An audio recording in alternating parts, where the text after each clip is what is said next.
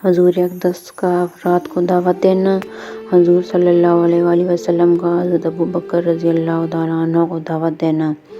حضرت عائشہ فرماتی ہیں، حضرت ابوبکر حضور کے زمانہ جاہلیت کے دوست تھے۔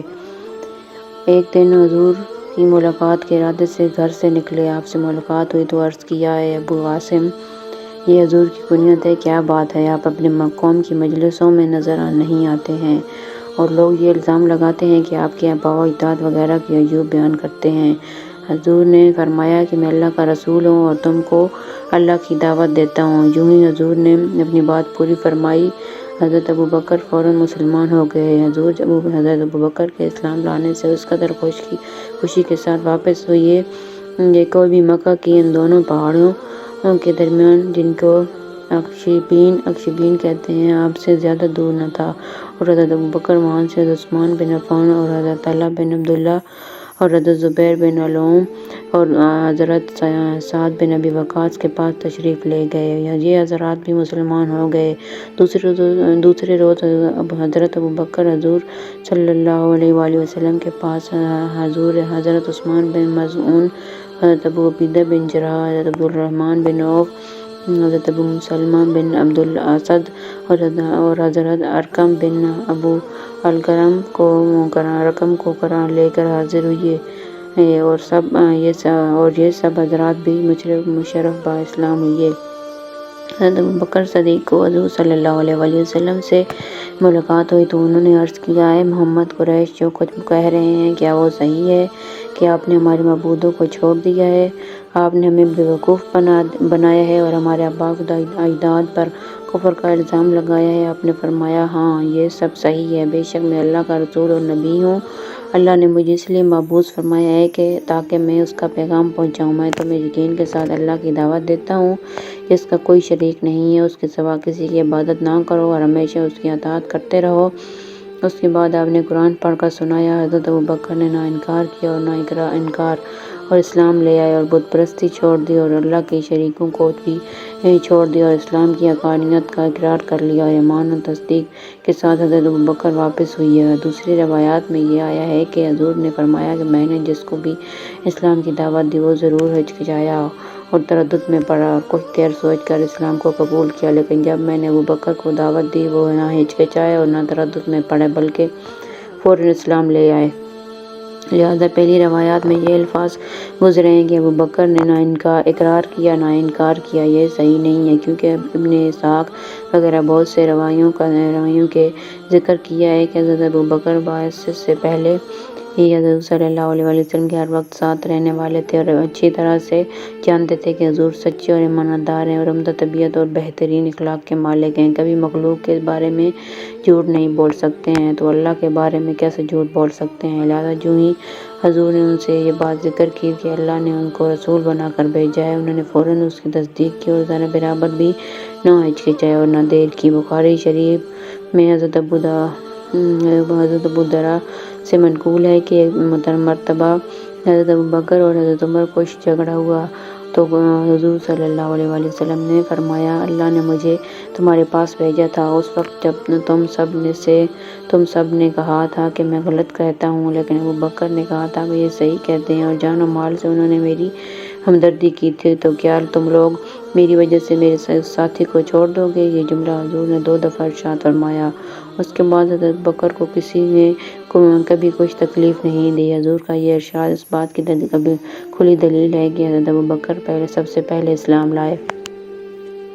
حضور کا حضرت عمر بن خطاب کو دعوت دینا۔ حضرت عبداللہ بن مسعود فرماتے ہیں کہ حضور نے یہ دعا مانگی، اے اللہ، اسلام کو عمر بن خطاب یا ابو جہل بن ہشام کے ذریعے قوت عطا فرما۔ چنانچہ اللہ تعالیٰ نے آپ کی دعا حضرت عمر بن خطاب کے حق میں قبول فرمائی اور اللہ تعالیٰ نے ان کو اسلام کی بنیادوں کے مضبوط ہونے کا اور بت پرستی کی عمارت کے گر جانے کا ذریعہ بنایا۔ حضرت ثوبان کی ایک اور حدیث صحابہ کرام کی سختیاں برداشت کرنے کے باب میں آگے آئے گی۔ اس میں حضرت عمر کی بہن فاطمہ اور ان کے خاوند سعید بن زید کی تکلیف برداشت کرنے کا ذکر ہے، اور پھر اس حدیث سے یہ مضمون ہے کہ حضور نے حضرت عمر کے دونوں بازوؤں کو پکڑ کر جھنجھوڑا اور فرمایا، تمہارا کیا ارادہ ہے اور تم کیوں آئے ہو؟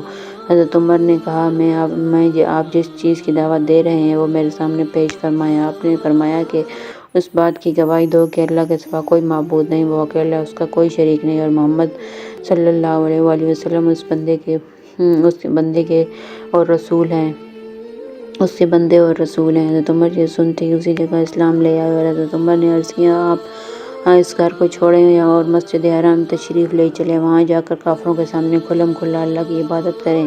حضرت اسلم کہتے ہیں کہ ہم سے حضرت عمر نے فرمایا کیا تم لوگ چاہتے ہو کہ میں اپنے ابتدائی اسلام کا قصہ بیان کروں؟ ہم نے کہا جی ضرور۔ آپ نے فرمایا میں حضور صلی اللہ علیہ وآلہ وسلم کے بڑے دشمنوں میں سے تھا۔ صفا پہاڑی کے قریب ایک مکان میں حضور تشریف فرما تھے اور میں آپ کی خدمت میں حاضر ہوا اور آپ کے سامنے بیٹھ گیا۔ آپ نے میرا گریبان پکڑ کر فرمایا اے خطاب کے بیٹے مسلمان ہو جا، اور ساتھ ہی یہ دعا کی اے اللہ اسے ہدایت فرما۔ میں نے فوراً کہا اشہد ان لا الہ الا اللہ واشہد ان محمدا عبدہ ورسولہ۔ فرماتے ہیں کہ میرے اسلام لاتے ہی مسلمانوں نے اتنی بلند آواز سے تکبیر کہی کہ جو مکہ کی تمام گلیوں میں سنائی دی۔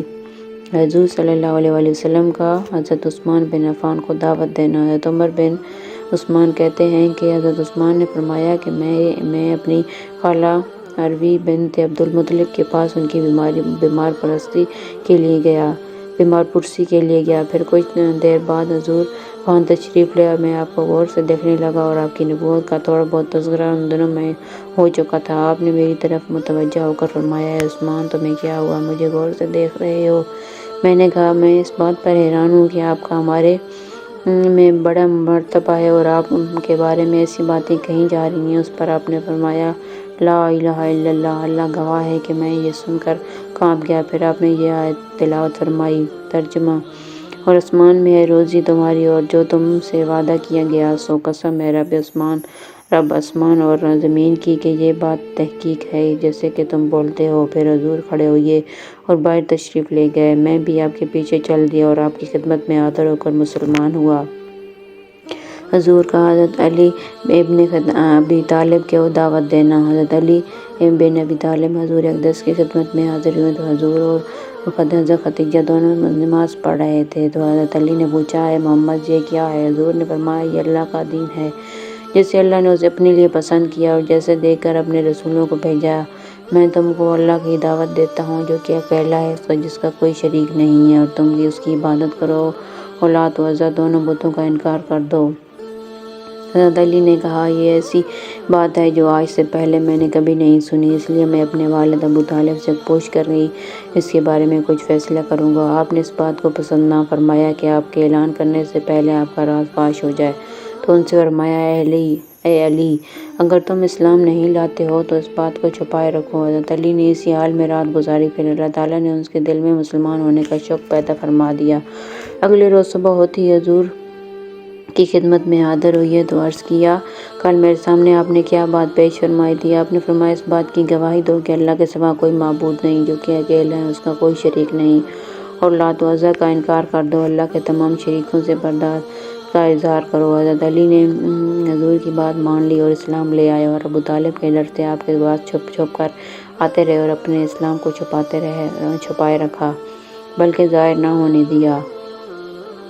ہبہ ارنی کہتے ہیں کہ میں نے حضرت علی کو ایک دن ممبر پر ہنستے ہوئے دیکھا اور اس سے پہلے کبھی اتنا زیادہ ہنستے ہوئے نہیں دیکھا تھا۔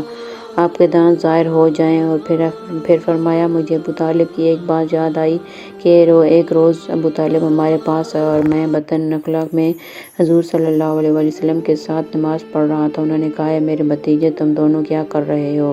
حضور نے ان کو سلام کی دعوت دی تو انہوں نے کہا تم دونوں جو کچھ کر رہے ہو اس میں کوئی حرج نہیں ہے، اور سجدے کی طرف اشارہ کرتے ہوئے کہا لیکن یہ نہیں ہو سکتا کہ میرے سجدے کی حالت میں میرے سے اوپر ہو جائیں، یعنی میں سجدہ نہیں کر سکتا۔ یہ کہہ کر حضرت علی اپنے والد کی اس بات پر تعجب کرتے ہوئے ہنسے، پھر فرمایا ہے اللہ میرے علم کے مطابق آپ کے نبی کے سوا اس امت میں سے کسی بندے نے میرے سے پہلے آپ کی عبادت نہیں کی۔ یہ بات 3 دفعہ کہی اور فرمایا میں نے تم لوگوں سے 7 سال پہلے نماز پڑھنی شروع کر دی تھی۔ حضور کا حضرت عمر بن ابسہ کو دعوت دینا۔ حضرت شداد بن عبداللہ کہتے ہیں کہ حضرت ابو محمد نے حضرت عمر بن افسا سے پوچھا کہ آپ کس بنیاد پر یہ دعویٰ کرتے ہیں کہ اسلام لانے میں آپ کا چوتھا نمبر ہے؟ انہوں نے فرمایا میں زمانہ جاہلیت میں لوگوں کو سراسر گمراہی پر سمجھتا تھا اور بت میرے خیال میں کوئی چیز ہی نہ تھے۔ پھر میں نے ایک آدمی کے بارے میں سنا، وہ مکہ میں عیب کی خبریں بتاتا اور نئی نئی باتیں بیان کرتا ہے۔ چنانچہ میں اونٹنی پر سوار ہو کر فوراً مکہ پہنچا۔ وہاں پہنچتے ہی معلوم ہوا کہ حضور چھپ کر رہتے ہیں اور آپ کی قوم آپ کے رویے آزاد اور بہت بے پاک ہے، اور میں بڑی ہیلہ جوئی کے بعد آپ تک پہنچا اور میں نے عرض کیا آپ کون ہیں؟ آپ نے فرمایا میں اللہ کا نبی ہوں۔ میں نے عرض کی اللہ کا نبی کسے کہتے ہیں؟ آپ نے فرمایا اللہ کی طرف سے پیغام لانے والے کو۔ پھر فرمایا ہاں۔ میں نے عرض کیا اللہ نے کیا پیغام دے کر بھیجا ہے؟ آپ نے فرمایا اللہ نے مجھے یہ پیغام دے کر بھیجا ہے کہ اللہ کو ایک مانا جائے، اس کے ساتھ کسی بھی چیز کو شریک نہ کیا جائے اور بتوں کو توڑ دیا جائے اور صلح رحمی کی جائے، یعنی رشتہ داروں سے اچھا سلوک کیا جائے۔ میں نے آپ کی خدمت میں عرض کیا اس دین کے معاملے میں آپ کے ساتھ کون ہے؟ آپ نے فرمایا ایک آزاد اور ایک غلام۔ میں نے دیکھا تو آپ کے ساتھ حضرت ابوبکر بن ابی قحافہ اور حضرت ابوبکر کے غلام حضرت بلال تھے۔ میں نے عرض کیا میں آپ کا اتباع کرنا چاہتا ہوں، یعنی اسلام کو ظاہر کر کے یہاں مکہ میں آپ کے ساتھ رہنا چاہتا ہوں۔ آپ نے فرمایا فی الحال تمہارا میرے ساتھ رہنا تمہاری طاقت سے باہر ہے، اس لیے اب تم اپنے گھر جاؤ اور جب تم سنو کہ مجھے غلبہ ہو گیا ہے تو میرے پاس چلے آنا۔ حضرت عمر بن ابسا نے فرماتے ہیں کہ مسلمان ہو کر میں اپنے گھر واپس آ گیا اور حضور ہجرت فرما کر مدینہ تشریف لے گئے۔ میں آپ کی خبریں اور آپ کے حالات معلوم کرتا رہتا تھا، یہاں تک کہ مدینہ سے ایک قافلہ آیا۔ میں نے ان لوگوں سے پوچھا کہ وہ مکی آدمی جو مکہ سے تمہارے ہاں آیا ہے اس کا کیا حال ہے؟ لوگوں نے کہا کہ ان کی قوم نے ان کو قتل کرنا چاہا لیکن وہ قتل نہ کر سکے اور نصرت الہی ان کی اور قوم کے درمیان رکاوٹ بن گئی، اور ہم لوگوں کو اس حال میں چھوڑ کر آئے ہیں کہ سب آپ کی طرف لپک رہے ہیں۔ حضرت عمر بن ابسا کہتے ہیں کہ میں اپنی اونٹنی پر سوار ہو کر مدینہ پہنچا اور حاضر ہو کر عرض کیا یا رسول اللہ کیا آپ مجھ کو پہچانتے ہیں؟ آپ نے فرمایا ہاں، کیا تم وہی نہیں ہو جو مکہ میں میرے پاس آئے تھے؟ میں نے عرض کیا جی ہاں میں وہی ہوں۔ اس کے بعد میں نے عرض کیا یا رسول اللہ جو کچھ اللہ تعالیٰ نے آپ کو سکھایا ہے اور میں نہیں جانتا ہوں اس میں سے کچھ آپ مجھے سکھا دیں۔ اس کے بعد حدیث کا کافی حصہ ابھی باقی ہے۔ حضرت عمر بن ابسا کی ایک اور حدیث بھی ہے جس میں یہ مضمون ہے کہ میں نے عرض کیا اللہ تعالیٰ نے آپ کو کیا پیغام دے کر بھیجا ہے؟ آپ نے فرمایا یہ پیغام دے کر بھیجا ہے کہ صلہ رحمی کی جائے، انسانی جانوروں کی حفاظت کی جائے، انسانی جانوں کی حفاظت کی جائے اور راستوں کو پرامن رکھا جائے اور بتوں کو توڑا جائے اور ایک اللہ کی عبادت کی جائے اور اس کے ساتھ کسی کو شریک نہ کیا جائے۔ میں نے عرض کیا یہ احکامات جو اللہ نے آپ کو دے کر بھیجا ہے بہت اچھے ہیں، اور میں آپ کو اس بات پر گواہ بناتا ہوں کہ میں آپ پر ایمان لا چکا ہوں اور میں آپ کو سچا مانتا ہوں۔ کیا میں آپ کے ساتھ ٹھہر جاؤں یا آپ جو مناسب سمجھیں؟ آپ نے فرمایا تم خود دیکھ رہے ہو کہ جس دین کو لے کر میں آیا ہوں لوگ اسے کتنا برا سمجھ رہے ہیں، لہٰذا اب تم اپنے گھر جا کر رہو اور جب تم میرے متعلق یہ سن لو کہ میں اپنی ہجرت والی جگہ پر پہنچ گیا ہوں تو اس وقت میرے پاس آ جانا۔ حضور کا حضرت خالد بن سعید بن ابو العاص کو دعوت دینا۔ حضرت خالد بن سعید بن العاص شروع میں مسلمان ہوئے تھے اور اپنے بھائیوں میں سب سے پہلے اسلام لائے تھے، اور ان کے اسلام لانے کی ابتدا اس طرح ہوئی کہ انہوں نے خواب میں دیکھا کہ وہ ایک آگ کے کنارے پر کھڑے ہیں۔ انہوں نے بتایا کہ اس آگ کی لمبائی چوڑائی اتنی زیادہ ہے کہ اللہ ہی جانتا ہے۔ انہوں نے خواب میں یہ بھی دیکھا کہ ان کے والد ان کو آگ میں دھکیل رہے ہیں، اور یہ بھی دیکھا کہ حضور ان کی کمر کو پکڑے ہوئے ہیں تاکہ وہ آگ میں نہ گر جائیں، اور گھبرا کر نیند سے اٹھے اور کہنے لگے میں اللہ کی قسم کھا کر کہتا ہوں یہ بالکل سچا خواب ہے۔ اس کے بعد ان کی حضرت ابوبکر سے ملاقات ہوئی اور ان کو اپنا خواب سنایا۔ حضرت ابوبکر نے فرمایا تمہارے ساتھ بھلائی کا ارادہ کیا گیا ہے، یہ اللہ کے رسول ہیں، تم ان کا اتباع کرو۔ تمہارے خواب کی تعبیر یہی ہے کہ تم ان کا اتباع ضرور کرو گے، ان کے ساتھ اسلام میں داخل ہو جاؤ گے اور اسلام ہی تم کو آگ میں داخل ہونے سے بچائے گا اور تمہارا باپ آگ میں جائے گا۔ حضور دیاد محلہ میں تشریف فرما تھے۔ حضرت خالد نے وہاں آپ کی خدمت میں حاضر ہو کر عرض کیا اے محمد آپ کس چیز کی دعوت دیتے ہیں؟ آپ نے فرمایا میں تم کو ایک اللہ کی دعوت دیتا ہوں جس کا کوئی شریک نہیں، اور اس بات کی دعوت دیتا ہوں کہ محمد اللہ کے بندے اور رسول ہیں، اور ان کے پتھروں کی عبادت چھوڑ دو جو نہ سنتے ہیں اور نہ دیکھتے ہیں اور نہ نقصان پہنچا سکتے ہیں اور نہ نفع اور نہ یہ جانتے ہیں کہ کون ان کی پوجا کرتا ہے اور کون نہیں کرتا۔ خالد نے فرمایا، فوراً کلمہ شہادت پڑھ لیا کہ میں اس بات کی گواہی دیتا ہوں کہ اللہ کے سوا کوئی معبود نہیں، اور اس بات کی آپ نے اللہ کے رسول ہیں۔ ان کے اسلام لانے سے حضور کو بہت خوشی ہوئی۔ اس کے بعد حضرت خالد اپنے گھر سے غائب ہو گئے اور ان کے والد کو ان کے مسلمان ہونے کا پتہ چل گیا۔ اس نے ان کی تلاش میں آدمی بھیجے جو ان کو ان کے والد کے پاس لے آئے۔ والد نے ان کو خوب ڈانٹا اور جو کوڑا اس کے ہاتھ میں تھا اس سے ان کی اس قدر پٹائی کی کہ وہ کوڑا ان کے سر پر توڑ دیا، اور کہا کہ اللہ کی قسم میں تمہارا کھانا پینا بند کر دوں گا۔ حضرت خالد نے کہا اگر تم بند کر دو گے تو اللہ تعالیٰ مجھے ضرور اتنی روزی دے دیں گے جس سے میں اپنی زندگی گزار لوں گا۔ یہ کہہ کر حضور کے پاس چلے آئے۔ حضور ان کا ہر طرح کا خیال رکھتے اور یہ حضور کے ساتھ رہتے ہیں۔ دوسری روایت میں یہ مضمون ہے کہ ان کے والد نے ان کی تلاش میں اپنے غلام رافع اور اپنے ان بیٹوں کو بھیجا جو ابھی تک مسلمان نہیں ہوئے تھے۔ انہوں نے ان کو تلاش کر لیا اور ان کو والد ابو حیا کے پاس لے آئے۔ ان کے والد نے ان کو خوب ڈانٹا اور جھڑکا اور اس کے ہاتھ میں ایک کینچی تھی جس سے ان کو اس قدر مارا کہ وہ کینچی اس کے سر پر ٹوٹ گئی۔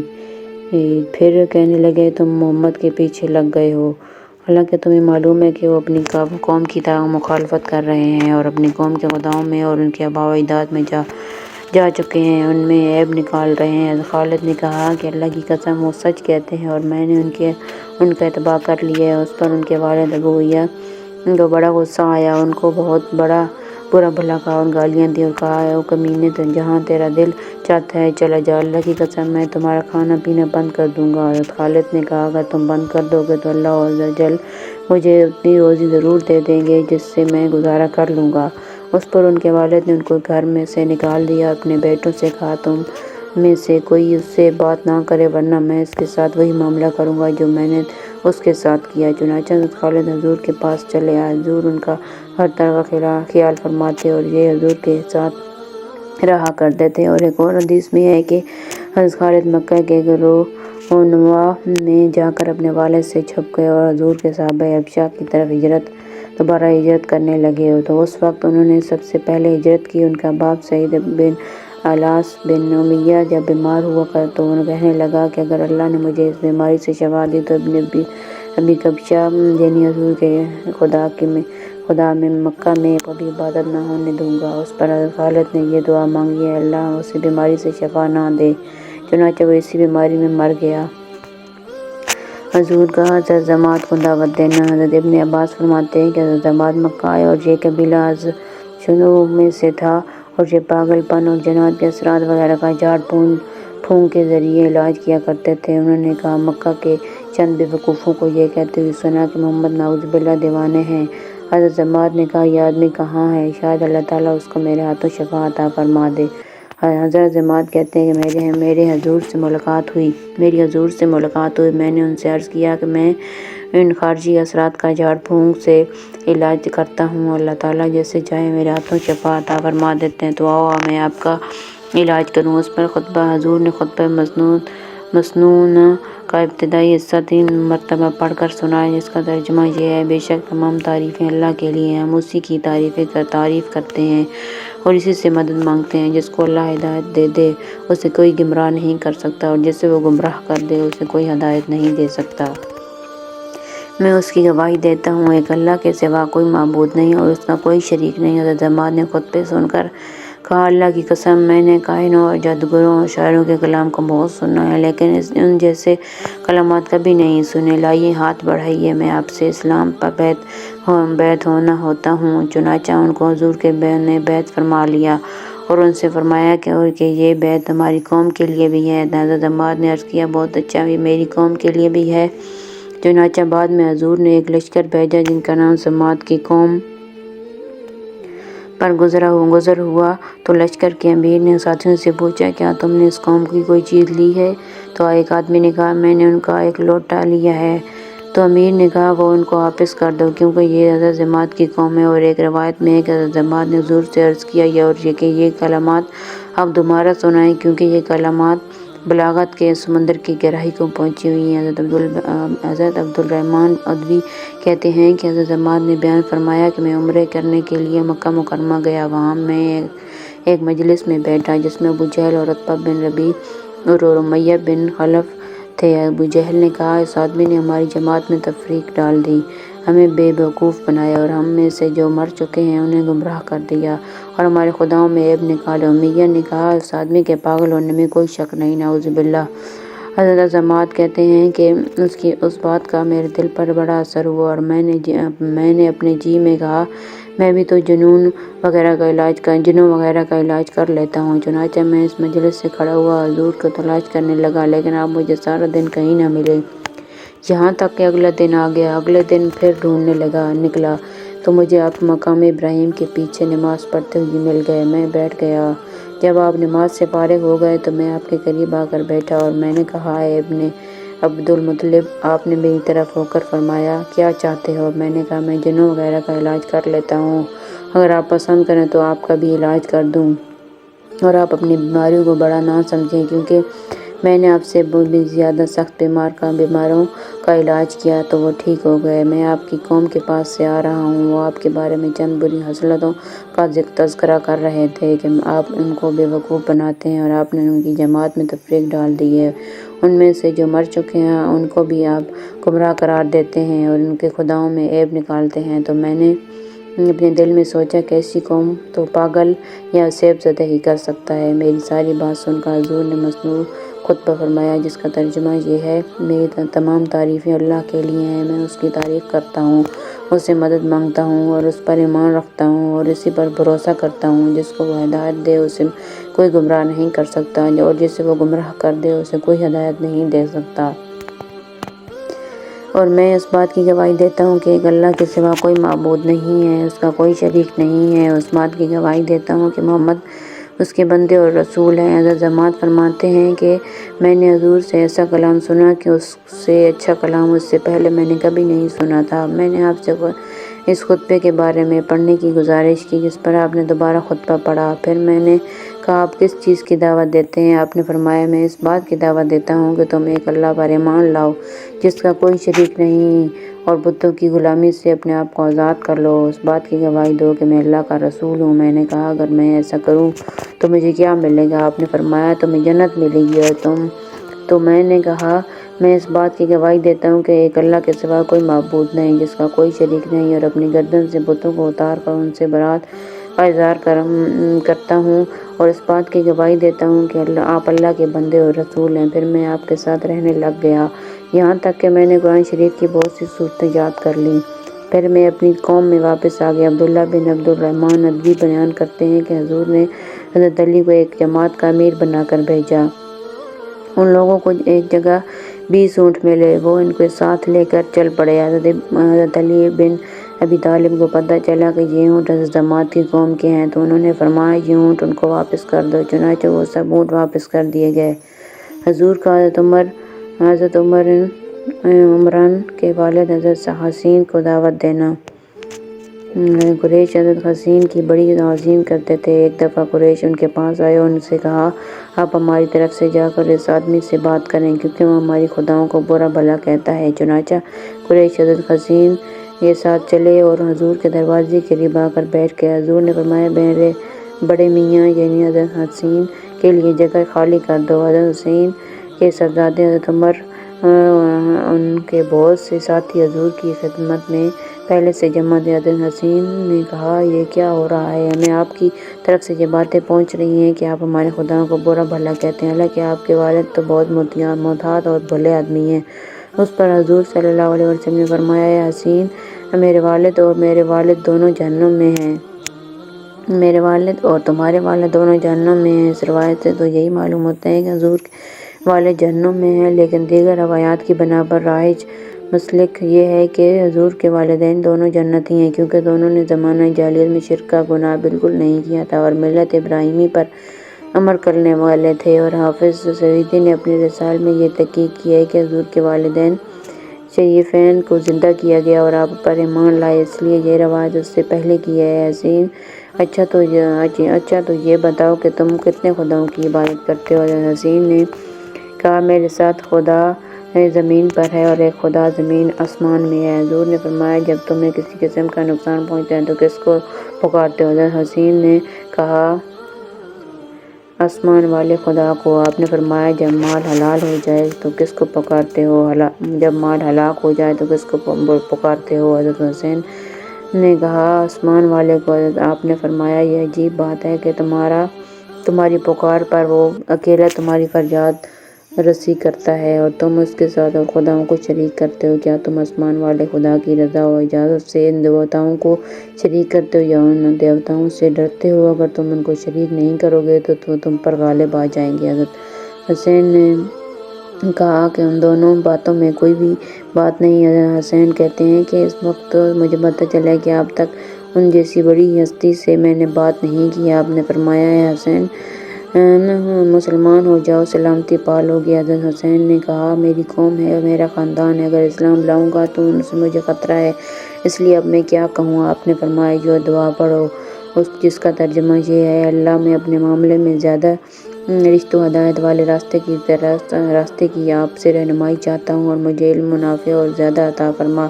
چنانچہ حضرت حسین نے یہ دعا پڑھی اور اسی مجلس میں اٹھنے سے پہلے ہی مسلمان ہو گئے۔ اور دیکھتے ہی حضرت عمران نے کھڑے ہو کر اپنے والد حضرت حسین کے سر اور ہاتھوں میں اور پاؤں کا بوسہ لیا۔ حضور صلی اللہ علیہ وسلم نے یہ جب منظر دیکھا تو آپ کی آنکھوں میں آنسو آ گئے اور فرمایا عمران کے رویے کی وجہ سے مجھے رونا آ گیا ہے۔ ان کے والد حسین جب اندر آئے تو وہ کافر تھے۔ اس وقت عمران نہ ان کے لیے کھڑے ہوئے اور نہ ان کی طرف متوجہ ہوئے، لیکن جب مسلمان ہو گئے تو فوراً ان کا حق ادا کر دیا، جس کی وجہ سے مجھ پر حکت طاری ہوئی۔ جب حضرت حسین باہر جانے لگے تو حضور صلی اللہ علیہ وآلہ وسلم نے اپنے صحابہ سے فرمایا اٹھو اور انہیں ان کے گھر تک پہنچاؤ۔ حضرت حسین جو ہی دروازے سے باہر آئے تو قریش نے دیکھتے ہی کہا یہ تو بے دین ہو گیا، اور سارے قریش انہیں چھوڑ کر ادھر ادھر بکھر گئے۔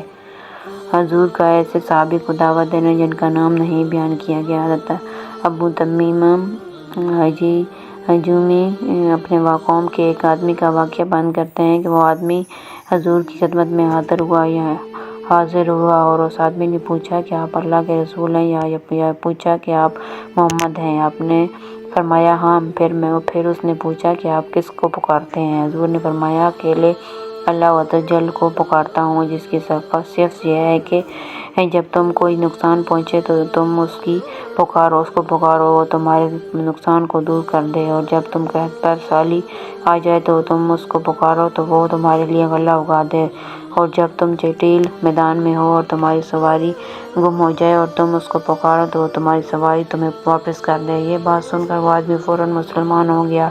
پھر اس نے عرض کیا یا رسول اللہ مجھے کچھ وصیت فرمائیں۔ حضور نے فرمایا کس چیز کی؟ کبھی گالی نہ دینا۔ وہ صاحب کہتے ہیں کہ حضور کے وصیت فرمانے کے بعد میں نے آج تک کبھی کسی اونٹ یا بکری کو بھی کبھی گالی نہیں دی۔ حضور کا حضرت معاویہ بن حدہ کو دعوت دینا۔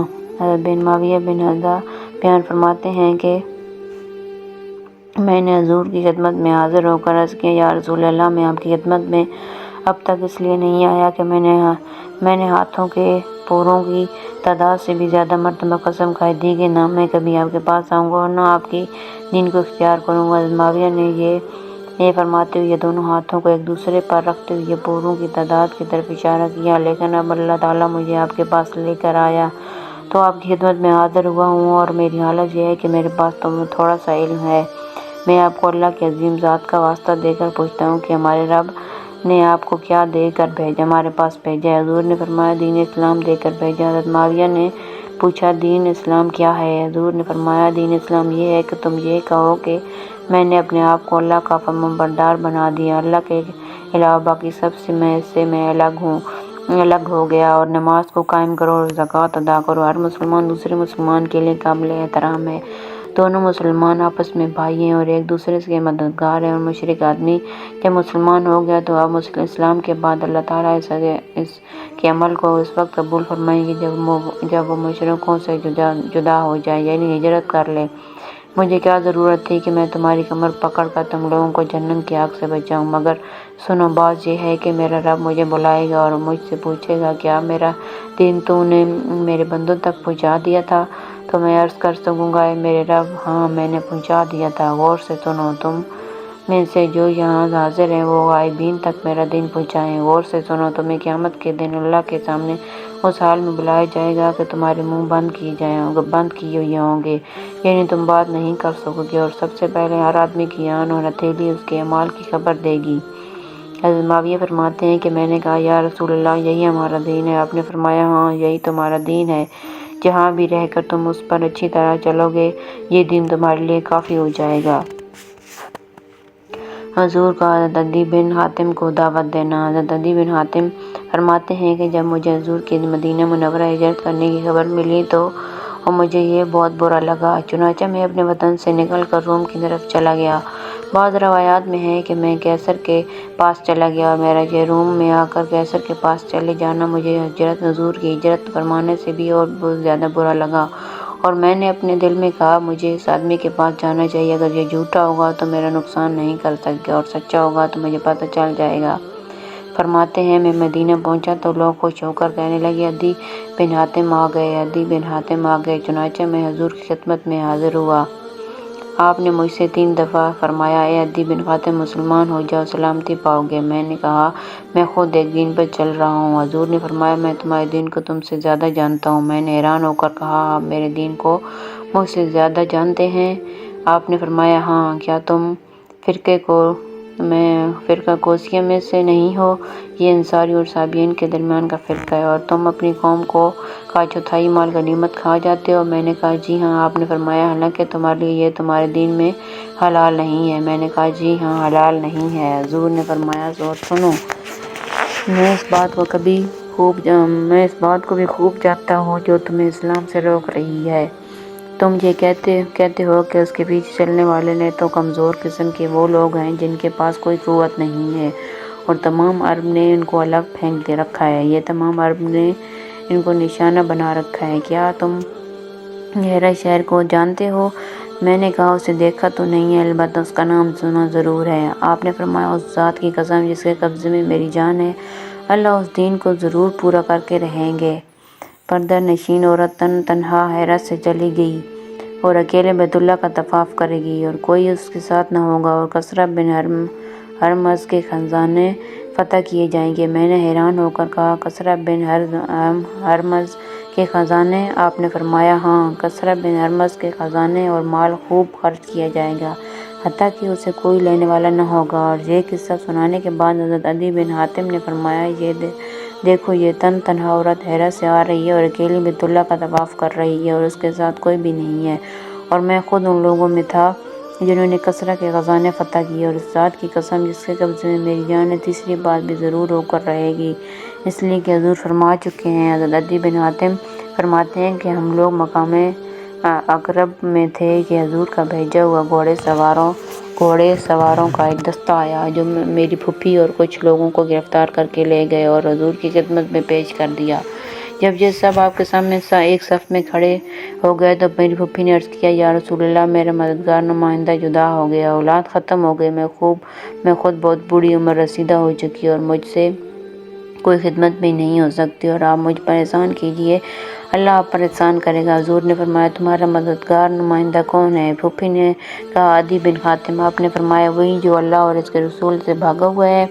پھوپھی فرماتی ہیں کہ آپ نے مجھ پر احسان فرما دیا۔ جب آپ واپس جانے لگے تو ایک آدمی آپ کے ساتھ تھا، میرا خیال یہ ہے کہ وہ حضرت علی تھے۔ انہوں نے پھوپھی سے کہا حضور سے سواری مانگ لو۔ پھوپھی نے حضور سے سواری مانگی، حضور نے فرمایا ان کو سواری دے دی جائے۔ حضرت عدی فرماتے ہیں کہ وہاں سے پھوپھی میرے پاس آئیں اور مجھ سے یہ کہا کہ تم نے ایسا کام کیا کیا ہے کہ تمہارا باپ تو کبھی نہ کرتا، یعنی تم مجھے چھوڑ کر بھاگ گئے، اور کہا تمہارا دل چاہے یا ڈر کی وجہ سے نہ چاہے ان کے ضرور جاؤ۔ فلاں ان کے پاس گیا، اسے حضور سے خوب ملا، اور فلاں گیا، اسے بھی حضور سے خوب ملا۔ حضرت عدی فرماتے ہیں پھوپھی کے کہنے پر میں حضور کی خدمت میں حاضر ہوا۔ اس وقت حضور کے پاس ایک عورت اور 2 بچے یا ایک بچہ بیٹھا ہوا تھا جو کہ آپ کے قریب بیٹھے ہوئے تھے۔ یوں عورت اور بچوں کے پاس بیٹھنے سے میں سمجھ گیا کہ یہ کیسر و کسرہ والی بادشاہیت نہیں ہے۔ حضور نے مجھ سے فرمایا اے عدی بن حاتم، کس وجہ سے بھاگ رہے ہو؟ کیا اس وجہ سے بھاگ رہے ہو کہ لا الہ الا اللہ کہنا نہ پڑے گا تو کیا اللہ کے علاوہ کوئی معبود ہے؟ کس وجہ سے بھاگ رہے ہو؟ کیا اس وجہ سے بھاگ رہے ہو کہ اللہ اکبر کہنا پڑے گا؟ کیا کوئی چیز اللہ عز و جل سے بڑی ہے؟ یہ سن کر میں مسلمان ہو گیا اور میں نے دیکھا میرے اسلام لانے پر آپ کا چہرہ کھل گیا اور آپ نے فرمایا جن پر اللہ ناراض ہو وہ یہودی ہیں اور ضالین جو گمراہ ہوئے وہ انصاری ہیں۔ حضرت عدی فرماتے ہیں پھر کچھ لوگوں نے آپ سے مانگا، آپ کے پاس کچھ تھا نہیں، اس لیے اپنے صحابہ کو دوسروں پر خرچ کرنے کی ترغیب دی۔ چنانچہ آپ نے اللہ کی حمد و ثنا بیان کی اور فرمایا اے لوگوں ضرورت سے زائد مال خرچ کرو، کیونکہ کوئی ایک سایہ سے کم، کوئی ایک مٹھی سے کم۔ شعبہ راوی کہتے ہیں کہ جہاں تک مجھے یاد ہے آپ نے یہ بھی فرمایا کہ کوئی ایک کھجور دے، کوئی کھجور کا ٹکڑا، اور تم میں سے ہر آدمی اللہ کے سامنے حاضر ہوگا اور اللہ تعالیٰ اس سے پوچھیں گے کہ جو میں تمہیں بتا رہا ہوں کیا میں نے تمہیں دیکھنے اور سننے کی نعمت نہیں دی تھی؟ کیا میں نے تمہیں مال اور اولاد نہیں دی تھی؟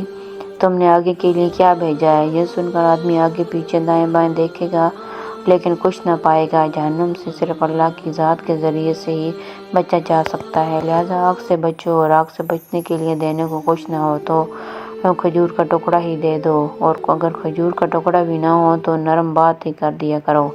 مجھے تم پر فقر و فاقہ کا ڈر نہیں، اللہ پاک تمہاری ضرور مدد فرمائیں گے اور تمہیں بہت زیادہ دیں گے اور بہت زیادہ فتوحات کریں گے، یہاں تک کہ پردہ نشین عورت تنہا حرا اور یثرب کے درمیان جا اس سے بھی زیادہ لمبا سفر کیا کرے گی اور اس سے چوری کا ڈر نہ ہوگا۔ حضور کا حضرت ذوالجوشن زیابی کو دعوت دینا۔ حضرت ذوالجوشن زیابی فرماتے ہیں جب حضور غزوہ بدر سے فارغ ہوئے تو میں نے اپنی قرارنامی گھوڑی کا بچھڑا لے کر حضور کی خدمت میں حاضر ہوا۔ میں نے کہا اے محمد میں آپ کے پاس کھرا گھوڑی کا بچھڑا لے کر آیا ہوں تاکہ آپ اسے اپنے استعمال کے لیے لے لیں۔ آپ نے فرمایا مجھے اس کی ضرورت نہیں، ہاں اگر تم چاہو تو میں تمہیں اس کے بدل میں بدر کی زرہوں میں سے تمہاری پسند کی ایک زرہ دے دوں۔ میں نے کہا میں اس کو آج اعلیٰ درجے کے گھوڑے کے بدلے میں دینے کو تیار نہیں ہوں۔ آپ نے فرمایا پھر مجھے اس کی ضرورت نہیں۔ پھر آپ نے فرمایا اے ذوالجوشن تم مسلمان کیوں نہیں ہو جاتے تاکہ شروع میں اسلام لانے والوں میں سے ہو جاؤ؟ میں نے کہا نہیں۔ آپ نے فرمایا کیوں؟ میں نے کہا اس لیے کہ میں دیکھ رہا ہوں کہ آپ کی قوم نے آپ کو جھٹلایا ہے۔ آپ نے فرمایا بدر میں ان کی شکست کے بارے میں تمہیں کیسی خبر پہنچی؟ میں نے کہا مجھے ساری خبر پہنچ چکی ہے۔ آپ نے فرمایا ہمیں تو تمہیں اللہ کی سیدھی راہ بتانی ہے۔ میں نے کہا مجھے منظور ہے بشرطہ کہ آپ کعبہ کو فتح کر کے وہاں رہنے لگ جائیں۔ آپ نے فرمایا اگر تم زندہ رہے تو اسے بھی دیکھ لو گے۔ پھر آپ نے ایک آدمی کو فرمایا فلاں نے اس آدمی کا تھیلا لے لو اور اس میں راستے کے لیے عجوہ کھجوریں ڈال دو۔ جب میں واپس ہونے لگا تو آپ نے صحابہ سے فرمایا یہ شخص بنی عامر کے بہترین شہ سواروں میں سے ہے۔ آپ ذوالجوشن فرماتے ہیں کہ اللہ کی قسم میں مقام غور میں اپنے گھر والوں میں تھا، اتنے میں ایک سوار آیا۔ میں نے اس سے پوچھا لوگوں کا کیا بنا؟ اس نے بتایا کہ اللہ کی قسم محمد کعبے پر غالب آ چکے ہیں اور اس میں ٹھہرے ہوئے ہیں۔ تو میں نے یہ سن کر کہا کاش میں پیدا ہوتے ہی مر جاتا اور میری ماں کی گود مجھ سے خالی ہو جاتی، کاش کہ جس روز آپ نے فرمایا تھا میں اسی روز مسلمان ہو جاتا اور پھر آپ سے خیر مقام بھی مانگتا تو آپ مجھے بطور جاگیر ضرور دے دیتے۔ ایک اور روایت میں ہے کہ حضور نے ان سے فرمایا تمہیں اسلام لانے سے کون سی چیز روک رہی ہے؟ میں نے کہا میں دیکھ رہا ہوں کہ آپ کی قوم نے آپ کو جھٹلایا ہے اور آپ کو آپ کے شہر مکے سے نکال دیا اور اب آپ سے جنگ کر رہے ہیں۔ میں دیکھ رہا ہوں کہ اب آپ کیا کریں گے۔ اگر آپ ان پر غالب آ گئے تو میں آپ پر ایمان لے آؤں گا اور آپ کا اتباع کروں گا، اور اگر وہ آپ پر غالب آ گئے تو آپ کا اتباع نہیں کروں گا۔ حضور کا حضرت بشیر بن خصاصیہ کو دعوت دینا۔ حضرت بشیر بن خصاصیہ فرماتے ہیں کہ میں حضور کی خدمت میں حاضر ہوا، آپ نے مجھے اسلام کی دعوت دی، پھر آپ نے مجھ سے فرمایا تمہارا کیا نام ہے؟ میں نے کہا نذیر۔ آپ نے فرمایا نہیں بلکہ آج سے تمہارا نام بشیر ہے۔ آپ نے مجھے صفا چبوترا پر ٹھہرایا جہاں فرقہ مہاجرین ٹھہرتے تھے۔ آپ کی عادت شرفیہ یہ تھی کہ جب آپ کے پاس ہدیہ آتا تو خود بھی اسے استعمال فرماتے اور ہمیں بھی ان میں شریک فرما لیتے اور جب صدقہ آتا تو سارا ہمیں دے دیتے۔ ایک رات آپ گھر سے نکلے تو میں بھی آپ کے پیچھے ہو لیا۔ آپ جنت البقیع تشریف لے گئے اور وہاں پہنچ کر یہ دعا فرمائی اور فرمایا تم نے بہت بڑی خیر حاصل کر لی اور بڑے شر اور فتنے سے بچ کر تم آگے نکل گئے۔ پھر میری طرف متوجہ ہو کر فرمایا یہ کون ہے؟ میں نے کہا بشیر۔ آپ نے فرمایا تم عمدہ گھوڑوں کو کثرت سے پالنے والے قبیلہ ربی میں سے ہو جو یہ کہتے ہیں کہ اگر وہ نہ ہوتے تو زمین اپنے رہنے والوں کو لے کر الٹ جاتی۔ کیا تم اس بات پر راضی نہیں ہوگے کہ اس قبیلے میں سے اللہ پاک نے تمہارے دل اور کان اور آنکھ کو اسلام کی طرف پھیر دیا؟ میں نے کہا یا رسول اللہ بالکل راضی ہوں۔ آپ نے فرمایا تم یہاں کیوں آئے ہو؟ میں نے کہا مجھے اس بات کا ڈر ہوا کہ آپ کو کوئی مصیبت نہ پہنچ جائے یا زمین کا کوئی زہریلا جانور نہ کاٹ لے۔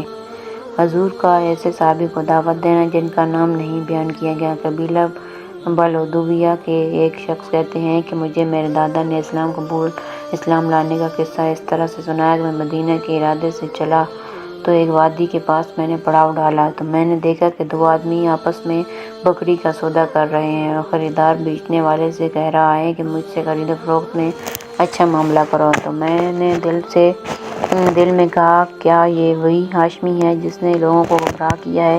اتنے میں ایک اور آدمی آتا ہوا نظر آیا جس کا جسم بہت خوبصورت اور پیشانی کشادہ، ناک پتلی اور بھویں باریک تھیں اور سینے کے اوپر والے حصے سے ناف تک کالے دھاگے کی طرح سے کالے بالوں کی ایک لکیر تھی اور وہ دو پرانی چادروں میں تھے۔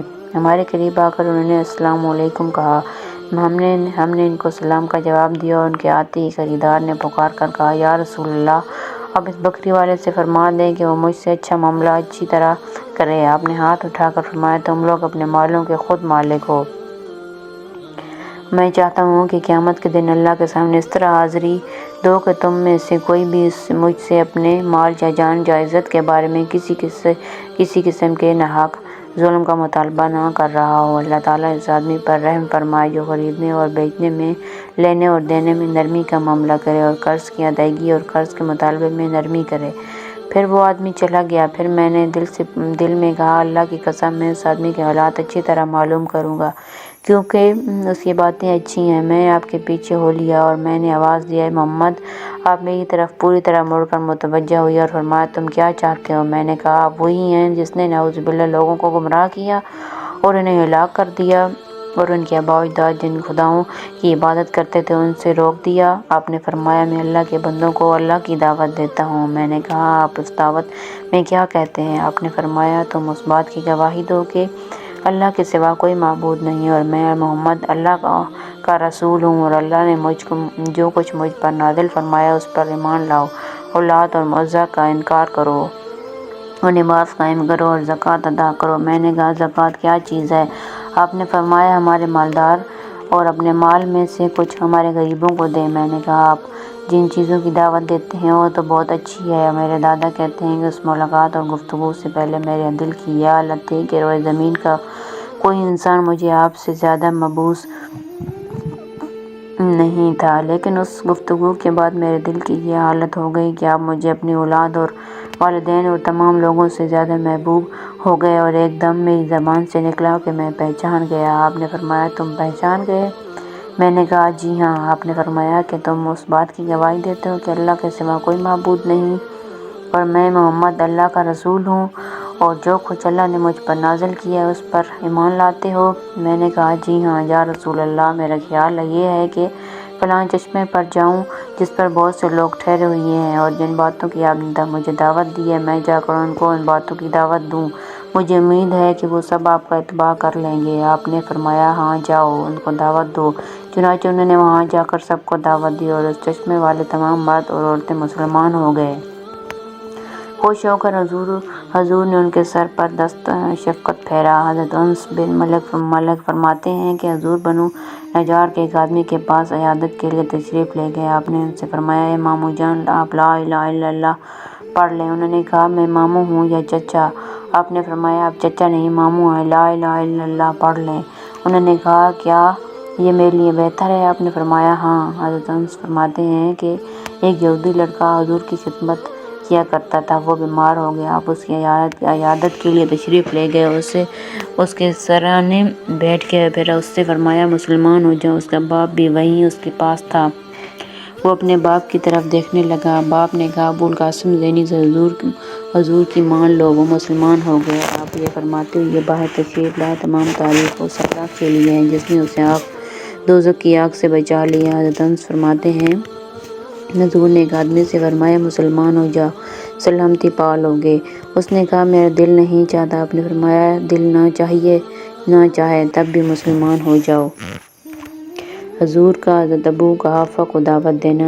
حضرت اسماء بنت ابو بکر فرماتی ہیں، فتح مکہ کے دن حضور نے حضرت ابو قحافہ سے فرمایا، آپ مسلمان ہو جائیں، سلامتی پا لیں گے۔ حضرت اسماء فرماتی ہیں کہ جب حضور مکہ میں داخل ہوئے اور اطمینان کے ساتھ مسجد میں بیٹھ گئے تو حضرت ابو بکر اپنے والد حضرت ابو قحافہ کو لے کر آپ کی خدمت میں حاضر ہوئے۔ جب آپ نے ان کو آتے ہوئے دیکھا تو فرمایا، اے ابو بکر، بڑے میاں کو وہیں کیوں نہیں رہنے دیا؟ میں ان کے پاس چل کر جاتا۔ انہوں نے عرض کیا، یا رسول اللہ، ان پر زیادہ حق بنتا ہے کہ یہ آپ کے پاس چل کر آئیں بنسبت اس کے کہ آپ ان کے پاس چل کر تشریف لے جاتے۔ چنانچہ حضور نے ان کو اپنے سامنے بٹھایا اور ان کے دل پر اپنا ہاتھ رکھ کر فرمایا، آپ مسلمان ہو جائیں، سلامتی پا لیں گے۔ چنانچہ حضرت ابو قحافہ مسلمان ہو گئے اور کلمہ شہادت پڑھ لیا۔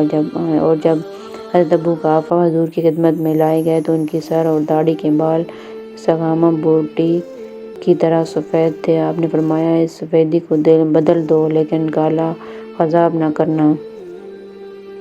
حضور کا ان مشروں کو فرداً دعوت دینا جو مسلمان نہیں ہوئے۔ حضرت مغیرہ بن شعبہ فرماتے ہیں کہ سب سے پہلے دن جو میں نے حضور کو پہچانا اس کا قصہ یوں ہوا کہ میں اور ابو جہل بن ہشام مکہ کی ایک گلی میں چلے جا رہے تھے۔ اچانک ہماری حضور سے ملاقات ہو گئی۔ حضور نے ابو جہل سے فرمایا، اے ابو لہب، آؤ اللہ اور اس کے رسول کی طرف، میں تمہیں اللہ کی دعوت دیتا ہوں۔ اور ابو جہل نے جواب دیا، اے محمد، کیا تم ہمارے خداؤں کو برا بھلا کہنے سے باز نہیں آؤ گے؟ آپ یہی چاہتے ہیں کہ ہم گواہی دے دیں کہ آپ نے اللہ کا پیغام پہنچا دیا؟ چلو ہم گواہی دے دیتے ہیں کہ آپ نے پیغام پہنچا دیا۔ اللہ کی قسم، اگر مجھے معلوم ہوتا کہ جو کچھ آپ کہہ رہے ہیں وہ حق ہے تو میں آپ کا اتباع ضرور کر لیتا۔ یہ سن کر حضور واپس تشریف لے گئے۔ اس کے بعد ابو جہل میری طرف متوجہ ہو کر کہنے لگا، اللہ کی قسم، میں خوب جانتا ہوں کہ جو کچھ یہ کہہ رہے ہیں وہ حق ہے، لیکن میں ان کی بات اس وجہ سے نہیں مانتا کہ وہ بنی کثیر میں سے ہیں۔ اور بنی کثیر نے کہا کہ بیت اللہ کی دربانی ہمارے خاندان میں ہوگی۔ ہم نے کہا ٹھیک ہے۔ پھر انہوں نے کہا مجلس شورا کا انتظام ہماری ذمہ ہوگا۔ ہم نے کہا ٹھیک ہے۔ پھر انہوں نے کہا لڑائی کا جھنڈا ہمارے خاندان میں ہوگا۔ ہم نے کہا ٹھیک ہے۔ پھر انہوں نے کھانا کھلایا اور ہم نے بھی کھانا کھایا، حتیٰ کہ جب کھانا کھانے میں ہم اور وہ برابر ہو گئے اور وہ کہنے لگے، ہم میں سے ایک نبی ہے، اللہ کی قسم ان کی یہ بات میں کبھی نہیں مانوں گا۔ حضرت ابن عباس فرماتے ہیں کہ ولید بن مغیرہ وغیرہ نبی اکرم کے پاس آیا، آپ نے اسے قرآن پڑھ کر سنایا۔ بظاہر قرآن سن کر وہ نرم پڑ گیا۔ ابو جہل کو یہ خبر پہنچی۔ ولید کے پاس آ کر اس نے کہا، اے چچا جان، آپ کی قوم آپ کے لیے مال جمع کرنے کا ارادہ کر رہی ہے۔ ولید نے پوچھا، کس لیے؟ ابو جہل نے کہا، آپ کو دینے کے لیے، کیونکہ آپ محمد کے پاس اس لیے گئے تھے کہ تاکہ آپ کو ان سے کچھ مل جائے۔ ولید نے کہا، قریش کو خوب معلوم ہے کہ میں ان میں سے سب سے زیادہ مالداروں میں سے ہوں، مجھے محمد سے مال لینے کی ضرورت نہیں۔ ابو جہل نے کہا، تو پھر آپ محمد کے بارے میں ایسی بات کہیں جس سے آپ کی قوم کو پتہ چل جائے کہ آپ محمد کے منکر ہیں تو ان کو نہیں مانتے۔ ولید نے کہا، میں کیا کہوں؟ اللہ کی قسم، تم میں سے کوئی آدمی مجھ سے زیادہ اشعار اور اشعار کے عجز اور قصیدے کو اور جنات کے اشعار کو جاننے والا نہیں ہے۔ اللہ کی قسم، وہ محمد جو کچھ کہتے ہیں اس میں بڑی حلاوت اور مزاح اور بڑی خوبصورتی اور کشش ہے، اور جو کچھ وہ فرماتے ہیں وہ ایسا تناور درخت ہے جس کا اوپر کا حصہ خوب پھل دیتا ہے اور نیچے کا حصہ خوب سرسبز ہے، اور آپ کا کلام ہمیشہ اوپر رہتا ہے، کوئی اور کلام اس سے اوپر نہیں ہو سکتا، اور آپ کا کلام اپنے سے نیچے والے کلاموں کو توڑ کر رکھ دیتا ہے۔ ابو جہل نے کہا، آپ کی قوم آپ سے اس وقت تک راضی نہیں ہوگی جب تک آپ ان کے خلاف کچھ کہیں گے نہیں۔ ولید نے کہا، اچھا ذرا ٹھہرو، میں اس بارے میں کچھ سوچتا ہوں۔ کچھ دیر سوچ کر ولید نے کہا، ان کا محمد کا کلام ایک جادو ہے جسے وہ دوسروں سے سیکھ کر بیان کرتے ہیں۔ اس پر قرآن مجید کی یہ آیت نازل ہوئی جس کا ترجمہ یہ ہے، چھوڑ دے مجھ کو اور اس کو جس کو میں نے بنایا اور دیا میں نے اس کو اس کا مال پھیلا کر اور بیٹے مجلس میں بیٹھنے والے حضور کا 2 آدمیوں کو دعوت دینا۔ حضرت معاویہ فرماتے ہیں حضرت ابو جہل اپنی بیوی ہندہ کو اپنے پیچھے سواری پر بٹھا کر اپنے کھیت کی طرف چلے۔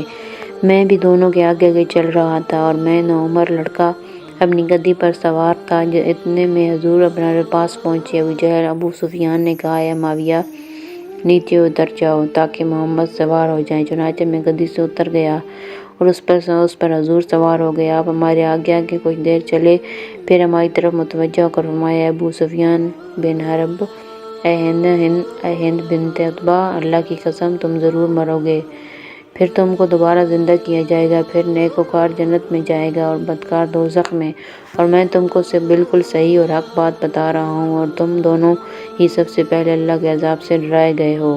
پھر حضور نے تلاوت فرمائی تو ان سے ابو سفیان نے کہا اے محمد کیا آپ اپنی بات کہہ کر فارغ ہو گئے؟ آپ نے فرمایا جی ہاں، اور حضور گدی سے نیچے اتر آئے اور میں اس پر سوار ہو گیا۔ حضرت ابو سفیان کی طرف متوجہ ہو کر کہا کیا اس جادوگر کے لیے تم نے میرے بیٹے کو گدی سے اتارا تھا؟ ابو سفیان نے کہا نہیں، اللہ کی قسم وہ جادوگر اور جھوٹے آدمی نہیں ہیں۔ حضرت یزید بن رومان کہتے ہیں حضرت عثمان بن عفان اور حضرت طلحہ بن عبیداللہ دونوں حضرت زبیر بن العوام کے پیچھے پیچھے چلے اور دونوں حضور کی خدمت میں حاضر ہوئے۔ حضور نے دونوں پر اسلام کو پیش فرمایا اور قرآن پڑھ کر سنایا۔ دونوں نے کو اسلام کے حقوق بتائے اور دونوں سے اللہ کی طرف سے اکرام و اعزاز ملنے کا دعویٰ فرمایا۔ چنانچہ وہ دونوں ایمان لے آئے اور دونوں نے تصدیق کی۔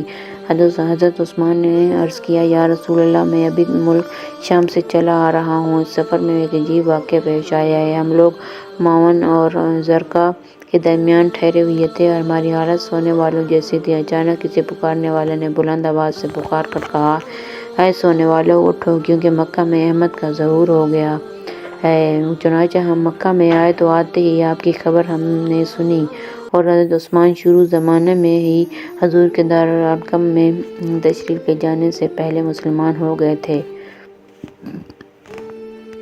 حضرت عمار بن یاسر فرماتے ہیں دارالارقم کے دروازے پر حضرت صہیب بن سنان سے میری ملاقات ہوئی اور اس وقت حضور دارالارقم میں تشریف فرما تھے۔ میں نے حضور صہیب سے کہا کہ کس ارادے سے آئے ہو؟ انہوں نے مجھ سے پوچھا تم کس ارادے سے آئے ہو؟ میں نے کہا میں اس ارادے سے آیا ہوں کہ محمد کی خدمت میں جا کر ان کی باتیں سنوں۔ انہوں نے کہا میرا بھی یہی ارادہ ہے۔ چنانچہ ہم دونوں حضور کی خدمت میں حاضر ہوئے۔ آپ نے ہم پر اسلام پیش فرمایا، ہم دونوں مسلمان ہو گئے۔ پھر اس دن شام تک ہم وہیں ٹھہرے رہے، پھر وہاں سے ہم چھپ کر نکلے۔ حضرت عمار اور حضرت صہیب 3 سے کچھ زیادہ مسلمانوں کے بعد مسلمان ہوئے۔ حضرت حبیب بن عبد الرحمن کہتے ہیں کہ حضرت اسد بن زرارہ اور زرقو بن عبد قیس مدینہ سے مکہ عتبہ بن ربیع سے اپنا کوئی فیصلہ کروانے کے لیے چلے۔ وہاں آ کر دونوں نے نبی اکرم کے بارے میں کچھ سنا۔ وہ دونوں حضور کی خدمت میں حاضر ہوئے۔ آپ نے ان دونوں پر اسلام پیش فرمایا اور ان کو قرآن پڑھ کر سنایا۔ دونوں مسلمان ہو گئے اور عتبہ بن ربیع کے قریب بھی نہ گئے اور ویسے ہی مدینہ کو واپس چلے گئے، اور یہ دونوں سب سے پہلے مدینہ میں اسلام کو لے کر پہنچے۔ حضور صلی اللہ علیہ وسلم کا 2 سے زیادہ کی جماعت پر اسلام کی دعوت پیش کرنا۔ حضرت ابن عباس فرماتے ہیں عتبہ بن ربیع، شیبہ بن ربیع اور ابو سفیان بن حرب اور بنو عبدالدار کے ایک آدمی اور بنو اسد کے ابو الجہری اور ابو اسود بن عبد المطلب بن اسد اور زمہ بن اسود اور ولید بن مغیرہ اور ابو جہل بن ہشام اور عبداللہ بن ابی امیہ اور امیہ بن حلف اور عاص بن وائل اور نبیہ بن حجاج سہمی اور منبع بن حجاج سہمی اور کچھ کم و بیش سب کے سب سورج ڈوبنے کے بعد مکہ کعبہ کے پیچھے یہ جانب جمع ہوئی اور آپس کے مشورے سے یہ بات طے کی کہ محمد کو آدمی بھیج کر بلاؤ اور ان سے کھل کر بات کرو ان سے اتنا جھگڑو کہ لوگ سمجھ لیں کہ ہم نے پوری کوشش کی۔ چنانچہ ایک آدمی کو یہ پیغام دے کر حضور کے پاس بھیجا کہ آپ کی قوم کے سردار آپ سے بات کرنے کے لیے یہاں جمع ہیں۔ آپ جلدی سے ان کے پاس اس خیال سے تشریف لے آئے کہ شاید اسلام قبول کرنے کے بارے میں ان لوگوں کی رائے بن گئی ہے، کیونکہ آپ ان کے ایمان لانے کے لیے بے چین رہا کرتے تھے اور دل سے چاہتے تھے کہ ان کو ہدایت مل جائے، اور ان کا نقصان اور بگاڑ آپ پر بہت گراں تھا۔ آپ ان کے پاس آ کر بیٹھ گئے تو انہوں نے کہا، اے محمد، ہم نے تم کو آدمی بھیج کر اس لیے بلایا ہے تاکہ تم کو سمجھانے میں ہم اپنا سارا زور لگا دیں اور لوگ سمجھ جائیں کہ ہم نے سمجھانے کی پوری کوشش کی ہے۔ اللہ کی قسم، ہمیں پورے عرب میں کوئی ایسا آدمی نظر نہیں آتا جس نے اپنی قوم کو ان پریشانیوں میں مبتلا کیا ہو جن میں آپ نے اپنی قوم کو مبتلا کیا ہے۔ آپ نے ان کے آباء و اجداد کو برا بھلا کہا اور ان کے دین میں عیب نکالے اور ان کو بیوقوف بنایا اور ان کے خداؤں کو برا بھلا کہا اور ان کی جماعت میں پھوٹ ڈال دی۔ ہم سے تعلقات بگاڑنے والا ہر برا کام کیا۔ اگر آپ کا ان باتوں سے مقصد مال حاصل کرنا ہے تو ہم آپ کے لیے اتنا مال جمع کر دیں گے کہ آپ ہم میں سب سے زیادہ مالدار ہو جائیں گے۔ اگر آپ ہمارا سردار بننا چاہتے ہیں تو ہم آپ کو اپنا سردار بنا لیں گے۔ اگر آپ بادشاہ بننا چاہتے ہیں تو ہم آپ کو بادشاہ بنا لیں گے۔ اگر یہ جو کچھ ہو رہا ہے یہ سب جنات کے اثر سے ہو رہا ہے جس کے سامنے آپ بے بس ہیں، تو ہم اس کا علاج کروانے کے لیے اپنی ساری دولت خرچ کرتے رہیں گے، یہاں تک کہ یا تو آپ ٹھیک ہو جائیں گے یا اس کے مزاج علاج میں بھی ہم معذور سمجھے جائیں، یعنی یہ پتہ چل جائے کہ یہ لاعلاج مرض ہے۔ حضور صلی اللہ علیہ وآلہ وسلم نے جواب میں فرمایا، جتنی باتیں تم کہہ رہے ہو ان میں سے کوئی بات بھی میرے دل میں نہیں ہے۔ جس دعوت کو لے کر میں تمہارے پاس آیا ہوں اس سے مقصد نہ ہو تو تمہارے مال حاصل کرنا ہے اور نہ تمہارا سردار یا بادشاہ بننا ہے، بلکہ اللہ تعالیٰ نے مجھے تمہاری طرف رسول بنا کر بھیجا ہے اور مجھ پر ایک کتاب نازل فرمائی ہے اور مجھے اس بات کا حکم دیا ہے کہ تم میں سے جو مان جائے اسے خوشخبری سناؤں اور جو نہ مانے اسے اللہ کے عذاب سے ڈراؤں، اور میں نے تمہیں اللہ کے پیغام پہنچا دیے اور میں تمہارا بھلا چاہتا ہوں۔ جو دعوت لے کر تمہارے پاس آیا ہوں اگر تم اسے قبول کرو گے تو دنیا اور آخرت میں تمہارا نصیبہ ہے، اگر قبول نہیں کرو گے تو اللہ کے حکم کا انتظار کروں گا یہاں تک کہ وہی میرے اور تمہارے درمیان فیصلہ کرے۔ یہ سن کر قریش کے سرداروں نے کہا، اے محمد، جو باتیں ہم نے آپ کو پیش کی ہیں اگر آپ کو قبول نہیں ہیں تو آپ کو خوب معلوم ہے کہ دنیا میں کوئی ہم سے زیادہ تنگ شہر والا اور ہم سے زیادہ کم مال والا اور ہم سے زیادہ سخت زندگی والا نہیں ہے۔ تو آپ کے جس رب نے آپ کو یہ دعوت دے کر بھیجا ہے اس سے آپ ہمارے لیے یہ سوال کریں کہ وہ ان پہاڑوں کو ہم سے دور ہٹا دے جس کی وجہ سے ہمارے شہر تنگ پڑ گئے ہیں، اور ہمارے شہروں کو وسیع بنا دے اور جہاں شام و عراق جیسی نہریں چلا دے، اور جو ہمارے آباء و اجداد مر چکے ہیں ان کو دوبارہ زندہ کر دے، ان میں سے خاص طور پر قصی بن کلاب کو بھی زندہ کرے کیونکہ وہ سچے بزرگ تھے۔ پھر ہم ان سے پوچھیں گے کہ جو کچھ آپ کہہ رہے ہیں وہ حق ہے یا غلط۔ جتنی باتوں کا ہم نے آپ سے مطالبہ کیا اگر آپ ان کو پورا کر دیں گے تو ہمارے آباء و اجداد کا آپ کی تصدیق کر دیں گے تو ہم بھی آپ کو سچا مان لیں گے، اور اس سے ہمیں پتہ چلے گا کہ اللہ کے ہاں آپ کا بڑا مرتبہ ہے، اور جیسے آپ کہہ رہے ہیں واقعی اس نے آپ کو رسول بنا کر بھیجا ہے۔ اس پر آپ نے ان سے فرمایا کہ مجھے ان کاموں کے لیے نہیں بھیجا گیا کہ میں تمہارے پاس وہی باتیں لے کر آیا ہوں جن کو دے کر اللہ نے مجھے بھیجا ہے، اور جو کچھ دے کر مجھے تمہاری طرف بھیجا ہے وہ سب میں تمہیں پہنچا چکا ہوں۔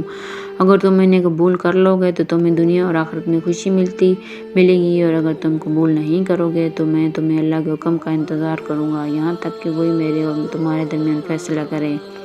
اس پر ان سرداروں نے کہا، اگر آپ ہمارے یہ باتیں کرنے کو تیار نہیں ہیں تو کم از کم اپنے لیے اتنا تو کرو کہ اپنے رب سے کہو کہ وہ ایک فرشتہ بھیج دیں جو آپ کی باتوں کی تصدیق کرے، آپ کی طرف سے ہمیں جواب دیا کرے، اور اپنے رب سے کہو کہ وہ آپ کے لیے باغات اور خزانے اور سونے اور چاندی کے محلات بنا دے جس کی وجہ سے آپ کو ان باتوں کی تکلیف نہ اٹھانی پڑے جن کو ہم دیکھ رہے ہیں۔ آپ کو بازاروں میں جا کر ہماری طرح روزی تلاش کرنی پڑتی ہے۔ اگر آپ کا رب ایسا کر دے گا تو اس سے ہمیں پتہ چل جائے گا کہ آپ کا اپنے رب کے ہاں بڑا درجہ ہے، اور جیسے آپ کہہ رہے ہیں واقعی آپ اس کے رسول ہیں۔ آپ نے فرمایا، نہ ہی میں یہ کروں گا اور نہ ہی میں اپنے رب سے یہ مانگوں گا، اور نہ ہی مجھے اس کام کے لیے تمہارے پاس بھیجا گیا ہے۔ اللہ نے تو مجھے خوشخبری سنانے والا اور ڈرانے والا بنا کر بھیجا ہے۔ تو جو باتیں لے کر میں تمہارے پاس آیا ہوں، اگر تم ان کو قبول کر لو گے تو دنیا اور آخرت میں تمہارا نصیبہ ہے، اگر قبول نہیں کرو گے تو میں اللہ کے حکم کا انتظار کروں گا یہاں تک کہ وہی میرے اور تمہارے درمیان فیصلہ کر دے گا۔ اس پر ان سرداروں نے کہا کہ آپ ہم پر آسمان گرا دیں، جیسے آپ کا کہنا ہے کہ اگر آپ چاہے تو وہ ایسا کر سکتا ہے، کیونکہ جب تک آپ ایسا نہیں کریں گے ہم ہرگز آپ کو سچا نہیں مانیں گے۔ ان سے آپ نے فرمایا یہ تو اللہ کے اختیار میں ہے، اگر وہ چاہے تو تمہارے ساتھ ایسا بھی کر بھی دے۔ ان سرداروں نے کہا کیا آپ کے رب کو اس بات کا علم نہیں تھا کہ ہم آپ کے پاس بیٹھیں گے اور ہم آپ سے یہ سوالات اور مطالبے کریں گے تو آپ کو وہ پہلے سے ہی یہ سب کچھ بتا دیتا اور ہمارے جوابات آپ کو سکھا دیتا اور آپ کو یہ بھی بتا دیتا کہ ہم آپ کی لائی ہوئی باتوں کو قبول نہیں کریں گے تو وہ ہمارے ساتھ کیا معاملہ کرے گا۔ ہمیں تو یہ خبر پہنچی ہے کہ آپ کو یہ سب کچھ یمامہ کا ایک آدمی سکھاتا ہے جسے رحمان کہا جاتا ہے۔ اللہ کی قسم ہم ہرگز رحمان پر ایمان نہیں لائیں گے، اور اے محمد ہم نے آپ کے سامنے اپنے تمام اعذار رکھ دی ہیں اور آپ کے لیے کوئی گنجائش نہیں چھوڑی۔ اللہ کی قسم ہم آپ کا پیچھا نہیں چھوڑیں گے، اور جب کچھ آپ نے ہمارے ساتھ کیا ہم اس کا بدلہ لے کر رہیں گے، یہاں تک کہ یا تو ہم آپ کو ختم کر دیں گے یا آپ ہمیں ختم کر دیں گے۔ ان میں سے ایک بولا کہ ہم فرشتوں کی عبادت کرتے ہیں جو کہ اللہ کی بیٹیاں ہیں، نعوذ باللہ، اور دوسرے نے کہا ہم آپ کو اس وقت تک سچا مانیں گے جب آپ ہمارے سامنے اللہ اور فرشتوں کو نعوذ باللہ لا کر کھڑا کریں گے۔ جب وہ یہ باتیں کرنے لگے تو حضور وہاں سے کھڑے ہو گئے، آپ کے ساتھ آپ کی پھوپھی عتیقہ بنت عبد المطلب کا بیٹا عبداللہ بن ابی امیہ بن مغیرہ بن عمر بن مخزوم بھی کھڑا ہوا اور اس نے آپ سے کہا اے محمد آپ کی قوم نے آپ کے سامنے مال اور سرداری اور بادشاہیت کی پیشکش کی ہے، لیکن آپ نے اس کو ٹھکرا دیا۔ پھر انہوں نے آپ سے اپنے فائدے کے کچھ اور کام کروانے چاہے تاکہ وہ ان کو ان کاموں کے ذریعے اللہ کے ہاں آپ کے درجے کا پتہ چل جائے، لیکن آپ نے وہ بھی نہ کیا۔ پھر انہوں نے آپ سے یہ مطالبہ کیا کہ آپ ان کو جس کے عذاب سے ڈراتے ہیں وہ عذاب جلدی لے آئیں۔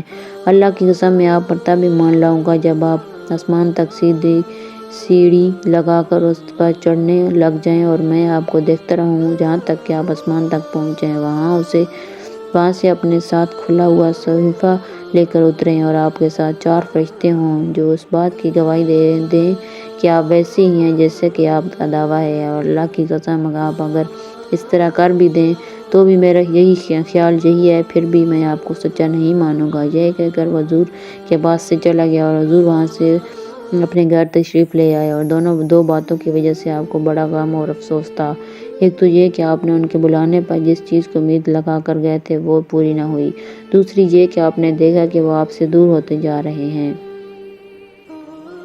حضرت محمد بن لبید قبیلہ بنو عبد الاشہل والے بیان کرتے ہیں کہ جب ابو الاسیر انس بن رافع مدینہ سے جب مکہ آیا تو اس کے ساتھ بنو عبد الاشہل کے کچھ نوجوان بھی تھے جن میں سے ایاس بن معاذ بھی تھے، اور یہ لوگ اپنی قوم قبیلہ خزرج کی طرف سے قریش کے ساتھ دوستی اور مدد کا معاہدہ کرنا چاہتے تھے۔ حضور نے ان کے آنے کی خبر سنی، آپ ان کے پاس تشریف لائے اور ان کے پاس بیٹھ کر فرمایا تم جس آدمی کام کے لیے آئے ہو اس سے بہتر ہے بات تم کو نہ بتا دوں۔ انہوں نے کہا وہ کون سی بات ہے؟ آپ نے فرمایا میں اللہ کا رسول ہوں، مجھے اللہ نے بندوں کی طرف بھیجا ہے، میں اس کی اللہ کی دعوت دیتا ہوں اور وہ اللہ کی عبادت کریں اور اس کے ساتھ کسی کو بھی شریک نہ کریں، اور اللہ نے مجھ پر کتاب نازل فرمائی۔ پھر آپ نے اسلام کی خوبیوں کا تذکرہ کیا اور انہیں قرآن پڑھ کر سنایا۔ حضرت ایاس بن معاذ جو نوعمر لڑکے تھے انہوں نے کہا اے میری قوم، اللہ کی قسم تم جس کام کے لیے آئے ہو واقعی یہ اس سے بہتر ہے۔ ابو الاسیر انس بن رافع نے کنکریوں کی ایک مٹی لے کر حضرت ایاس کے چہرے پر ماری اور کہا اس بات کو چھوڑو، میری جان کی قسم ہم تو کسی اور کام کے لیے آئے ہیں۔ حضرت ایاس خاموش ہو گئے اور حضور وہاں سے کھڑے ہو کر تشریف لے گئے اور یہ لوگ مدینہ واپس چلے گئے۔ پھر اوس اور خزرج کے درمیان جنگ باز کا واقعہ پیش آیا جس کے کچھ ہی عرصے کے بعد حضرت ایاس کا انتقال ہو گیا۔ محمد بن لبید کہتے ہیں کہ میری قوم کے جو لوگ حضرت ایاس کے انتقال کے وقت ان کے پاس موجود تھے انہوں نے مجھے بتایا کہ وہ لوگ ان سے لا الہ الا اللہ و اللہ اکبر اور سبحان اللہ مرتے دم تک سنتے رہے، اور اس بات میں انہیں کوئی شک نہیں ہے کہ ان کی حالت اسلام پر انتقال ہوا۔ جس مجلس میں انہوں نے حضور سے اسلام کی دعوت کو سنا تھا اسی مجلس میں اسلام کو قبول کر لیا تھا۔ حضور کا مجمع کے سامنے دعوت کو پیش فرمانا۔ حضرت ابن عباس فرماتے ہیں کہ جب اللہ تعالیٰ نے یہ آیت نازل فرمائی جس کا ترجمہ یہ ہے اور ڈر سنا دے اپنے قریب کے رشتہ داروں کو، تو حضور باہر تشریف لائے اور مروہ پہاڑی پر چڑھ گئے اور آپ نے پکار کر کہا، اے آل فہر!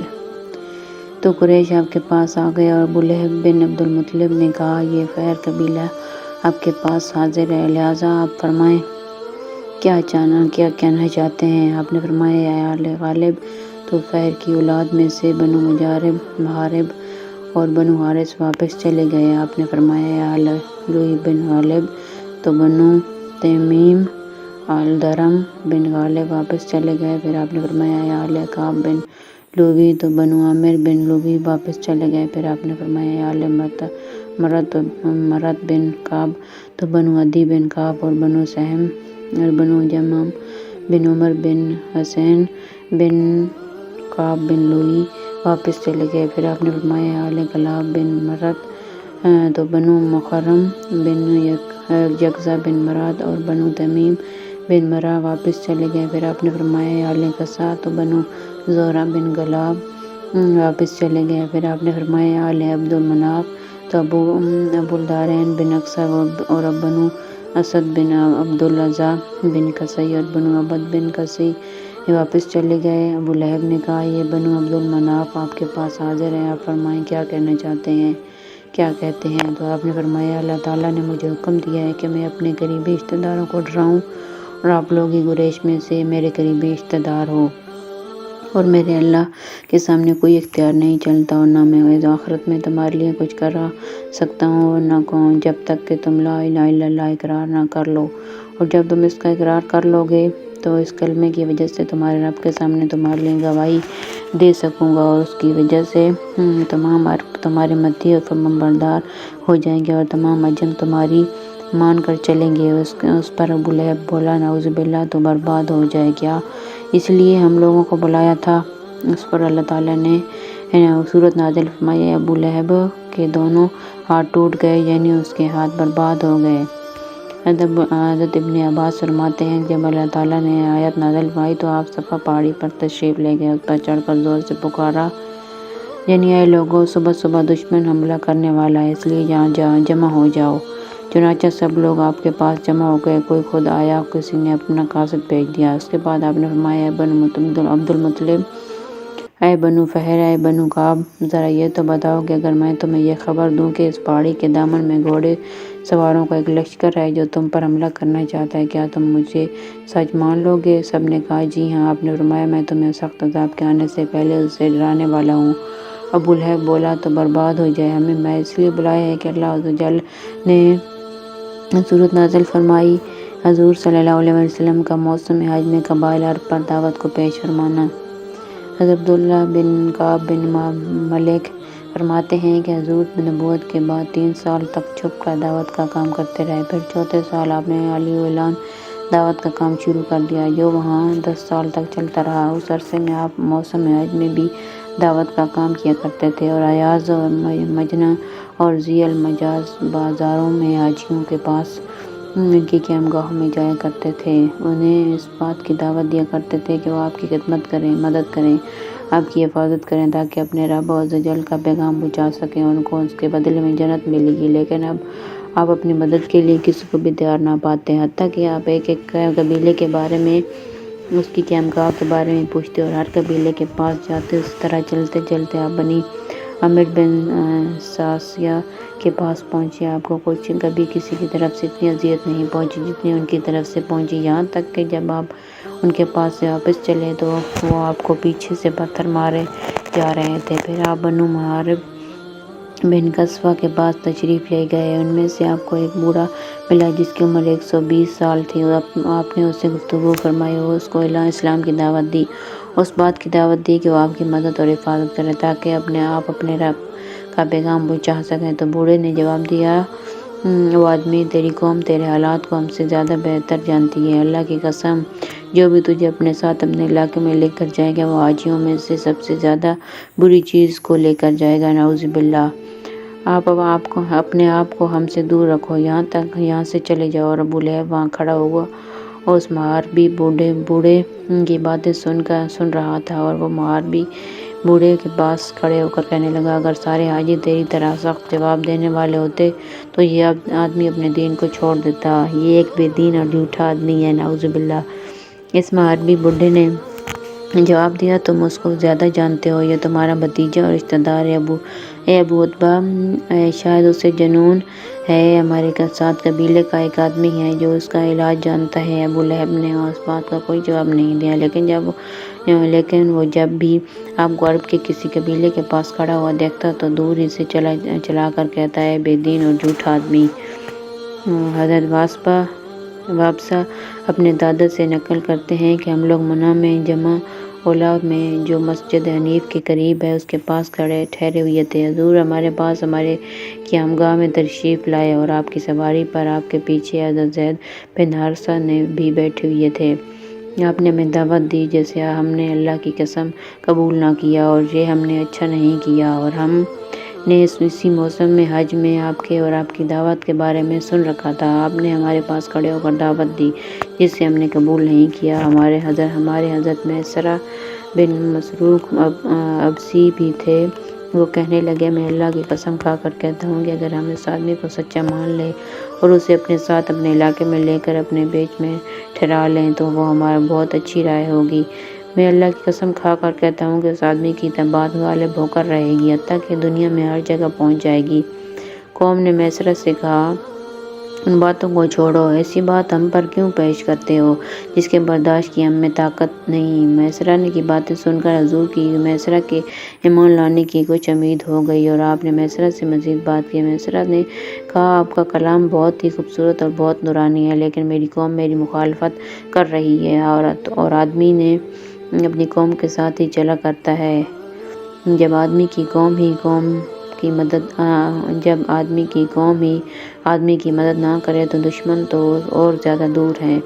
یہ سن کر حضور واپس تشریف لے گئے اور وہ قوم اپنے علاقے کو واپس جانے لگی تو ان سے میسرہ نے کہا، آؤ فدق چلتے ہیں، کیونکہ وہاں یہودی رہتے ہیں، ان سے ہم اس آدمی کے بارے میں پوچھیں گے۔ چنانچہ وہ لوگ یہودیوں کے پاس گئے، ان سے حضور کے بارے میں پوچھا، اپنی کتاب نکال کر لائے اور سامنے رکھ کر اس میں سے حضور کا ذکر مبارک پڑھنے لگے۔ اس میں یہ لکھا ہوا تھا کہ آپ ان پڑھ اور عربی نبی ہیں، اونٹ پر سوار ہوا کریں گے، معمولی چیز پر یا ٹکڑے پر گزارا کر لیں گے، اس کا قد نہ زیادہ لمبا ہوگا نہ چھوٹا، اور ان کے بال نہ بالکل گندریالے ہوں گے اور نہ بالکل سیدھے، ان کی آنکھوں میں سرخ ڈوڑا ہوگا اور ان کا رنگ سفید سرخی مائل ہوگا۔ اتنا پڑھنے کے بعد یہودیوں نے یہ کہا، جس آدمی نے تمہیں دعوت دی ہے اگر وہ ایسا ہی ہے تو تم اس کی دعوت قبول کر لو، اس کے دین میں داخل ہو جاؤ، کیونکہ ہم حسد کی وجہ سے ان کا اتباع نہیں کریں گے اگر ہمارے ان سے زبردست مارکے ہوں گے۔ عرب کا رہنے والا ہر آدمی یا تو آپ کا اتباع کرے گا یا آپ سے لڑے گا،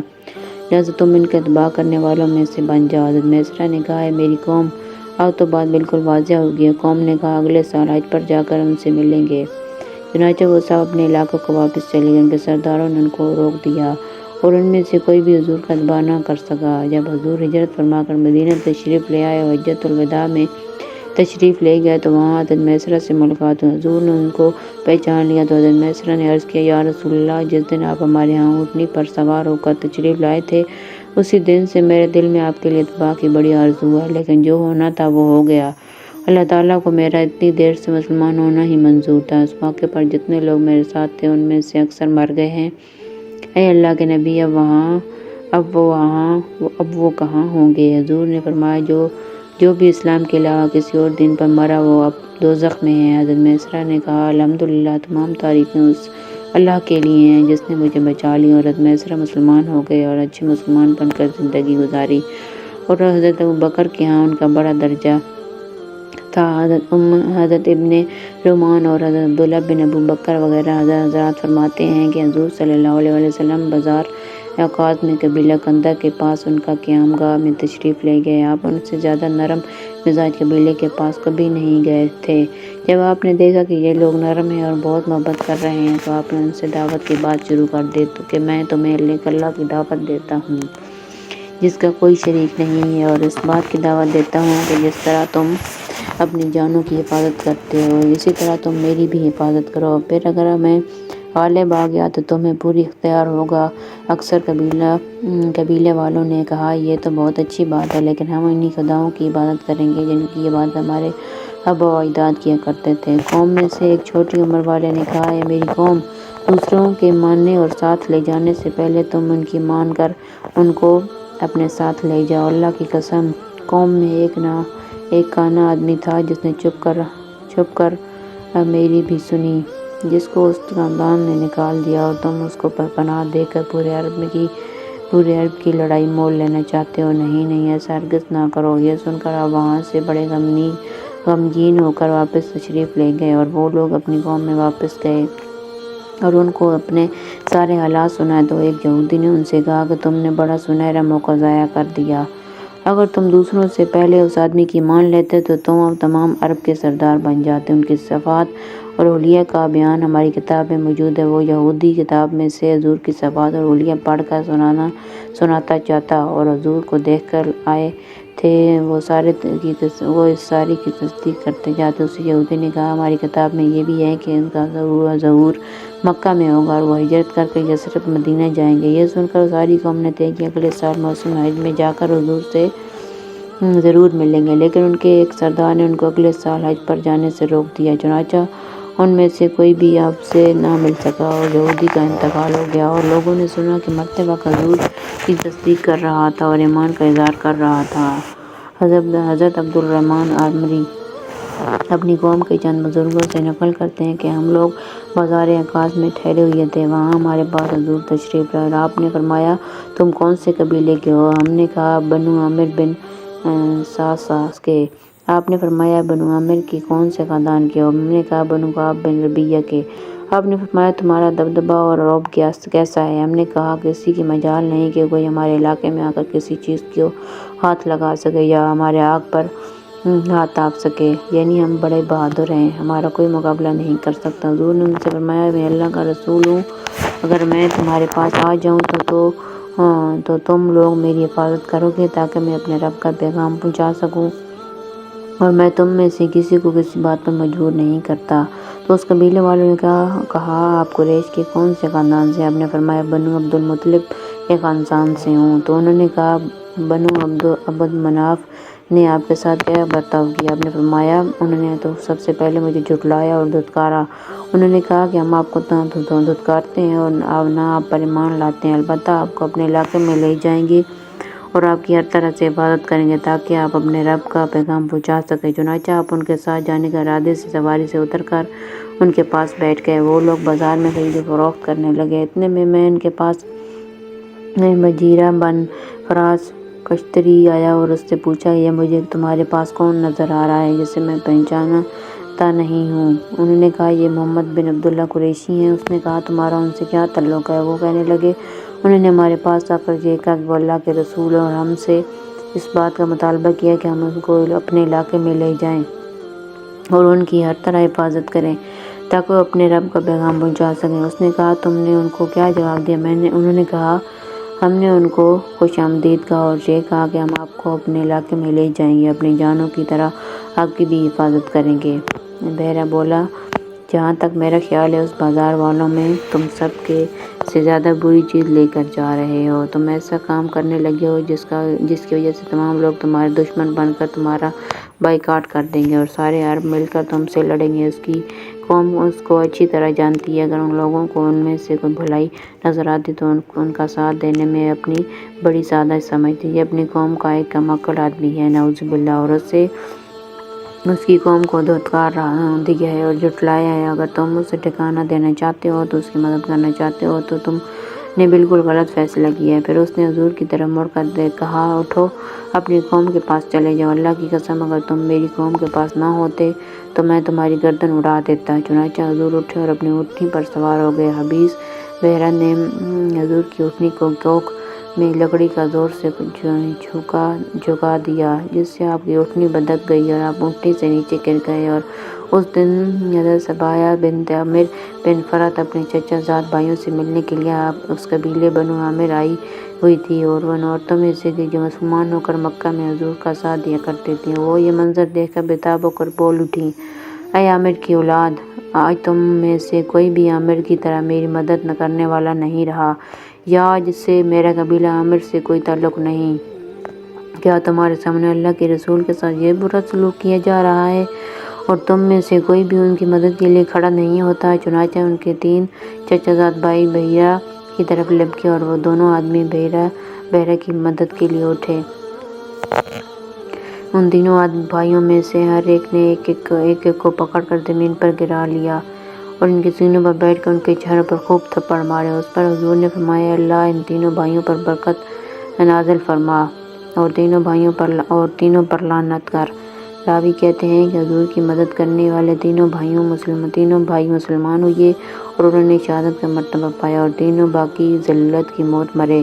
اور جن 2 آدمیوں نے بحیرہ بن فراس کی مدد کی، ان میں سے ایک کا نام حسن بن عبداللہ اور دوسرے کا نام معاویہ بن عبادہ ہے، اور جن 3 بھائیوں نے حضور کی مدد کی وہ طریف بن سہل اور عطفان بن سہل اور عروہ بن عبداللہ ہیں۔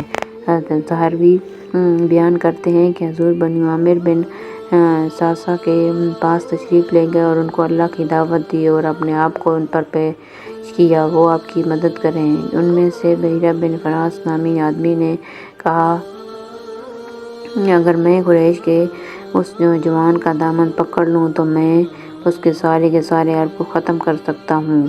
پھر اس نے حضور سے کہا، آپ یہ بتائیں کہ آپ کے کام میں ہم آپ کا ساتھ دیں تو پھر اللہ تعالیٰ آپ کو آپ کے مخالفوں پر غالب کر دے تو آپ کے بعد کیا حکومت ہمیں مل جائے گی؟ حضور نے فرمایا، اس کا اختیار تو اللہ کو ہے، وہ جسے چاہے دے۔ اس نے کہا، واہ واہ!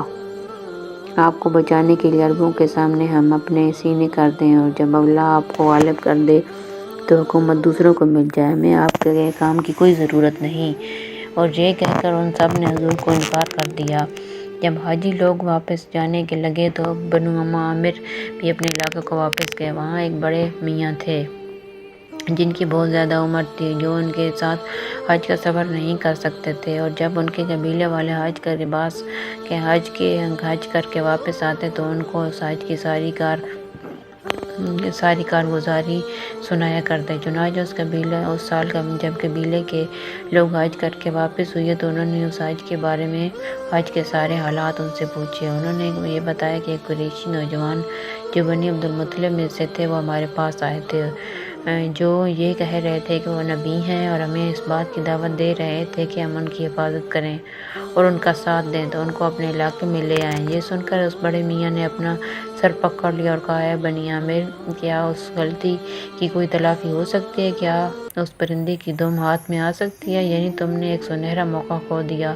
اس ذات کی قسم جس کے قبضے میں فلاں کی جان ہے، آج تک کبھی کسی اسماعیلی نے نبوت کا جھوٹا دعویٰ نہیں کیا، اس کا دعویٰ نبوت بالکل حق ہے، تمہاری عقل کہاں چلی گئی تھی؟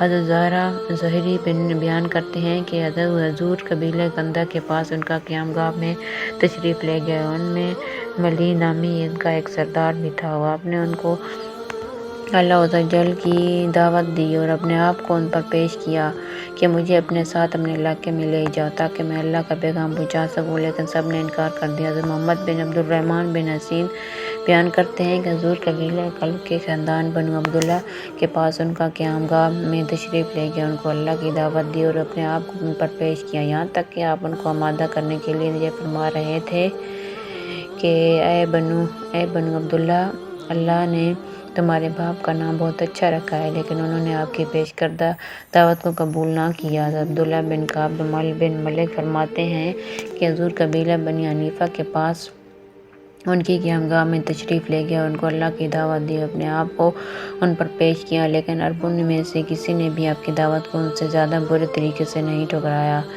حضرت عباس بن عباس فرماتے ہیں کہ مجھ سے حضور نے ارشاد فرمایا کہ مجھے تمہارے پاس اور تمہارے بھائی کے پاس اپنی حفاظت کا سامان نظر نہیں آ رہا ہے، کیا آپ مجھے بازار لے جائیں گے یہاں تاکہ ہم مختلف قبائل کے قیام گاہوں میں جا کر ان کو دعوت دے سکیں؟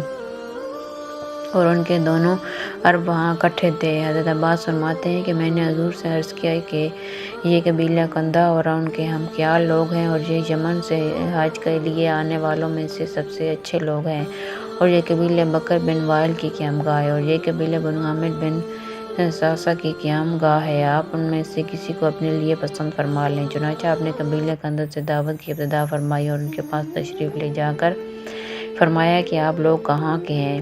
انہوں نے کہا یمن کے۔ آپ نے فرمایا یمن کے کون سے قبیلے کے؟ انہوں نے کہا قبیلہ کندہ کے۔ آپ نے فرمایا قبیلہ کندہ کے کون سے خاندان کے؟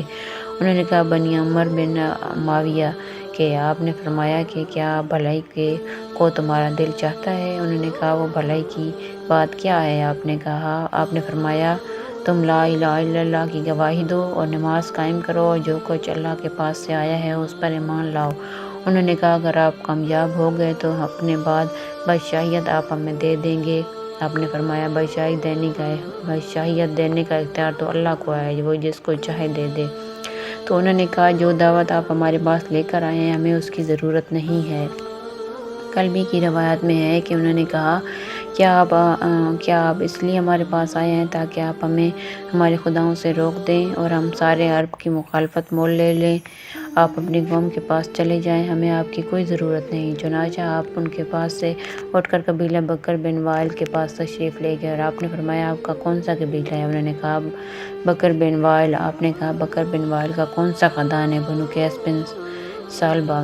آپ نے فرمایا آپ لوگوں کی تعداد کتنی ہے؟ انہوں نے کہا ریت کے ذروں کی طرح بہت ساری۔ آپ نے فرمایا کہ تمہارا رعب اور دبدبہ کیسا ہے؟ انہوں نے کہا کچھ نہیں، اہل فارس ہمارے پڑوسی ہیں اور نہ ہم ان سے حفاظت کر سکتے اور نہ ہم ان کا مقابلہ کر سکتے اور نہ ہم ان کے مقابلے میں کسی کو پناہ دے سکتے ہیں۔ آپ نے فرمایا کہ 33 مرتبہ سبحان اللہ اور 33 مرتبہ اللہ الحمدللہ اور 43 مرتبہ اللہ اکبر اللہ کی رضا کے لیے پڑھنا اپنے ذمہ کر لو، تو اگر اللہ نے تمہیں باقی رکھا تو تم اہل فارس کے گھروں پر قبضہ کر لو گے اور ان کی عورتوں سے نکاح کر لو گے اور ان کی بیٹیوں کو ان کے بیٹوں کو اپنے غلام بنا لو گے۔ انہوں نے کہا آپ کون ہیں؟ آپ نے فرمایا میں اللہ کا رسول ہوں۔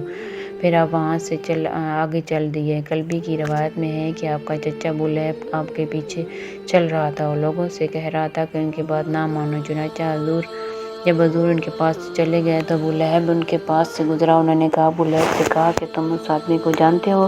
اس نے کہا ہاں، یہ ہمارے قبیلے میں چوٹی کا آدمی ہے۔ تم ان کی کس چیز کے بارے میں پوچھنا چاہتے ہو؟ حضور نے ان کو جس بات کی دعوت دی تھی وہ ساری بات انہوں نے ابو لہب کو بتائی اور یہ کہا کہ وہ کہہ رہے تھے کہ وہ اللہ کے رسول ہیں۔ ابو لہب نے کہا خبردار، اس کی بات کو کوئی اہمیت نہ دو کیونکہ وہ دیوانہ ہے، نعوذ باللہ، پاگل بے الٹی سیدھی باتیں کہتا رہتا ہے۔ انہوں نے فارس والوں کے بارے میں جو کچھ کہا اس سے بھی ہمیں یہی اندازہ ہوا۔ حضرت ربیعہ بن عبادہ فرماتے ہیں کہ میں نوجوان لڑکا اپنے والد کے ساتھ منام میں تھا اور حضور عرب کے قبائل کی قیام گاہوں میں تشریف لے جاتے تھے اور ان سے فرماتے تھے اے بنی فلاں، مجھے اللہ نے تمہارے پاس اپنا رسول بنا کر بھیجا ہے۔ میں تمہیں اس بات کا حکم دیتا ہوں کہ اللہ کی عبادت کرو اور اس کے ساتھ کسی کو شریک نہ کرو اور اللہ کے علاوہ کے جن کو تم اللہ کا شریک ٹھہرا کر عبادت کر رہے ہو ان کو چھوڑ دو اور مجھ پر ایمان لاؤ اور میری تصدیق کرو اور میری حفاظت کرو تاکہ جو پیغام دے کر مجھے اللہ نے بھیجا ہے وہ میں اس کی طرف سے واضح طور پر پہنچا سکوں۔ حضرت ربیعہ فرماتے ہیں کہ آپ کے پیچھے ایک بھینگا ہوا اور خوبصورت آدمی تھا جس کی 2 زلفیں تھیں، ادنی جوڑا پہنے ہوئے تھا۔ جب حضور اپنی گفتگو اور اپنی دعوت سے فارغ ہو گئے تو اس آدمی نے کہا اے فلاں، اے نبی فلاں، یہ آدمی تمہیں اس بات کی دعوت دیتا ہے کہ تم لات اور عزا کو اپنے مالک بن ابن عقیش کے خلیف جنون کو اپنی گردن سے اتار پھینکو اور جس بدعت اور گمراہی کو یہ لایا ہے اس سے اختیار کر لو، اس کی بات ہرگز نہ مانو اور نہ اس کی بات سنو۔ حضرت ربیع فرماتے ہیں کہ میں نے اپنے والد سے کہا اے ابا جان، یہ آدمی کون ہے جو ان کے پیچھے لگا ہوا ہے اور جو کہ وہ کہتے ہیں کہ اس کی تردید کرتا ہے؟ وہ میرے والد نے کہا یہ ان کا چچا عبدالعزیٰ بن عبدالمطلب ابو لہب ہے۔ مدرک سے یہ روایت ہے کہ انہوں نے کہا میں نے اپنے والد کے ساتھ حج کیا۔ جب ہم منام میں ٹھہرے ہوئے تھے تو ہم لوگوں نے ایک جگہ جمع دیکھا۔ میں نے اپنے والد سے پوچھا کہ یہ مجمع کیسا ہے؟ انہوں نے کہا یہ ایک بے دین آدمی ہے، نعوذ باللہ، جس کی وجہ سے لوگ جمع ہیں۔ میں نے کہا دیکھا تو حضور لوگوں سے یہ فرما رہے تھے کہ اے لوگو لا الہ الا اللہ پڑھ لو، کامیاب ہو جاؤ گے۔ حضرت حارث غامدی فرماتے ہیں کہ ہم منام میں ٹھہرے ہوئے تھے۔ میں نے اپنے والد سے پوچھا کہ یہ مجمع کیسا ہے؟ انہوں نے کہا یہ سب ایک بے دین آدمی کی وجہ سے جمع ہے۔ فرماتے ہیں میں نے گردن اونچی کر کے دیکھا تو نظر آیا کہ حضور لوگوں کو اللہ کی وحدانیت کی دعوت دے رہے ہیں اور لوگ آپ کی بات کا انکار کر رہے ہیں۔ حضرت حسان بن ثابت فرماتے ہیں کہ حج کرنے گیا، وہاں حضور لوگوں کو اسلام کی دعوت دے رہے تھے اور آپ کے صحابہ کی طرح کی تکلیفیں دی جا رہی تھیں۔ چنانچہ میں حضرت عمر کے پاس آ کر کھڑا ہو گیا۔ اس وقت تک حضرت عمر مسلمان نہیں ہوئے تھے اور پھر حضرت عمر حضرت زنیہ کے پاس آ کر رکے اور ان کو بھی اس طرح کی تکلیفیں دینے لگے۔ حضرت علی بن ابی طالب فرماتے ہیں کہ جب اللہ عز و جل نے نبی کریم کو اس بات کا حکم دیا کہ آپ اپنے آپ کو قبائل عرب پر پیش کریں تو آپ منا تشریف لے گئے۔ میں اور حضرت ابوبکر آپ کے ساتھ تھے۔ ہم عرب کی مجلسوں میں سے ایک مجلس میں پہنچے تو حضرت ابوبکر نے آگے بڑھ کر سلام کیا۔ حضرت ابوبکر ہر دم پیش قدمی کرنے والے تھے اور وہ عرب کے انصاب سے خوب اچھی طرح واقف تھے۔ تو انہوں نے کہا تم کس قوم کے لوگ ہو؟ انہوں نے کہا ربیہ کے۔ حضرت ابوبکر نے کہا تم ربیہ کے کون سے خاندان سے ہو؟ اس کے بعد ابو نعیم نے بہت لمبی حدیث ذکر کی ہے جس میں یہ بھی آتا ہے کہ حضرت علی فرماتے ہیں کہ پھر ہم وہ ایک باوقار مجلس میں پہنچے، اس میں بہت سے بلند مرتبہ اور باعزت بزرگ بیٹھے ہوئے تھے۔ چنانچہ حضرت ابوبکر نے آگے بڑھ کر سلام کیا۔ حضرت علی نے فرمایا کہ حضرت ابوبکر ہر دم پیش قدمی کرنے والے تھے تو ان سے حضرت ابوبکر نے کہا تم کس قوم کے لوگ ہو؟ انہوں نے کہا ہم بنو شیبان بن سالبک ہیں۔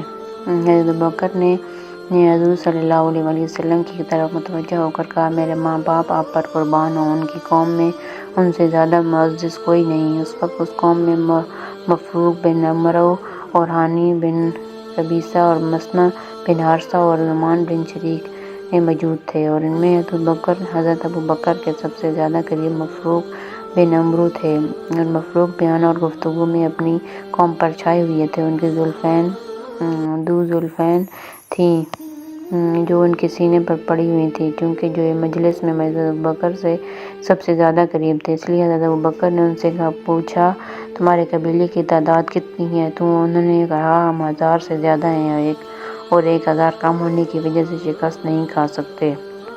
حضرت ابوبکر نے پوچھا تمہارے ہاں حفاظت کی کیا صورت ہے؟ انہوں نے کہا ہمارا کام تو کوشش کرنا ہے، باقی ہر قوم کی اپنی اپنی قسمت ہے۔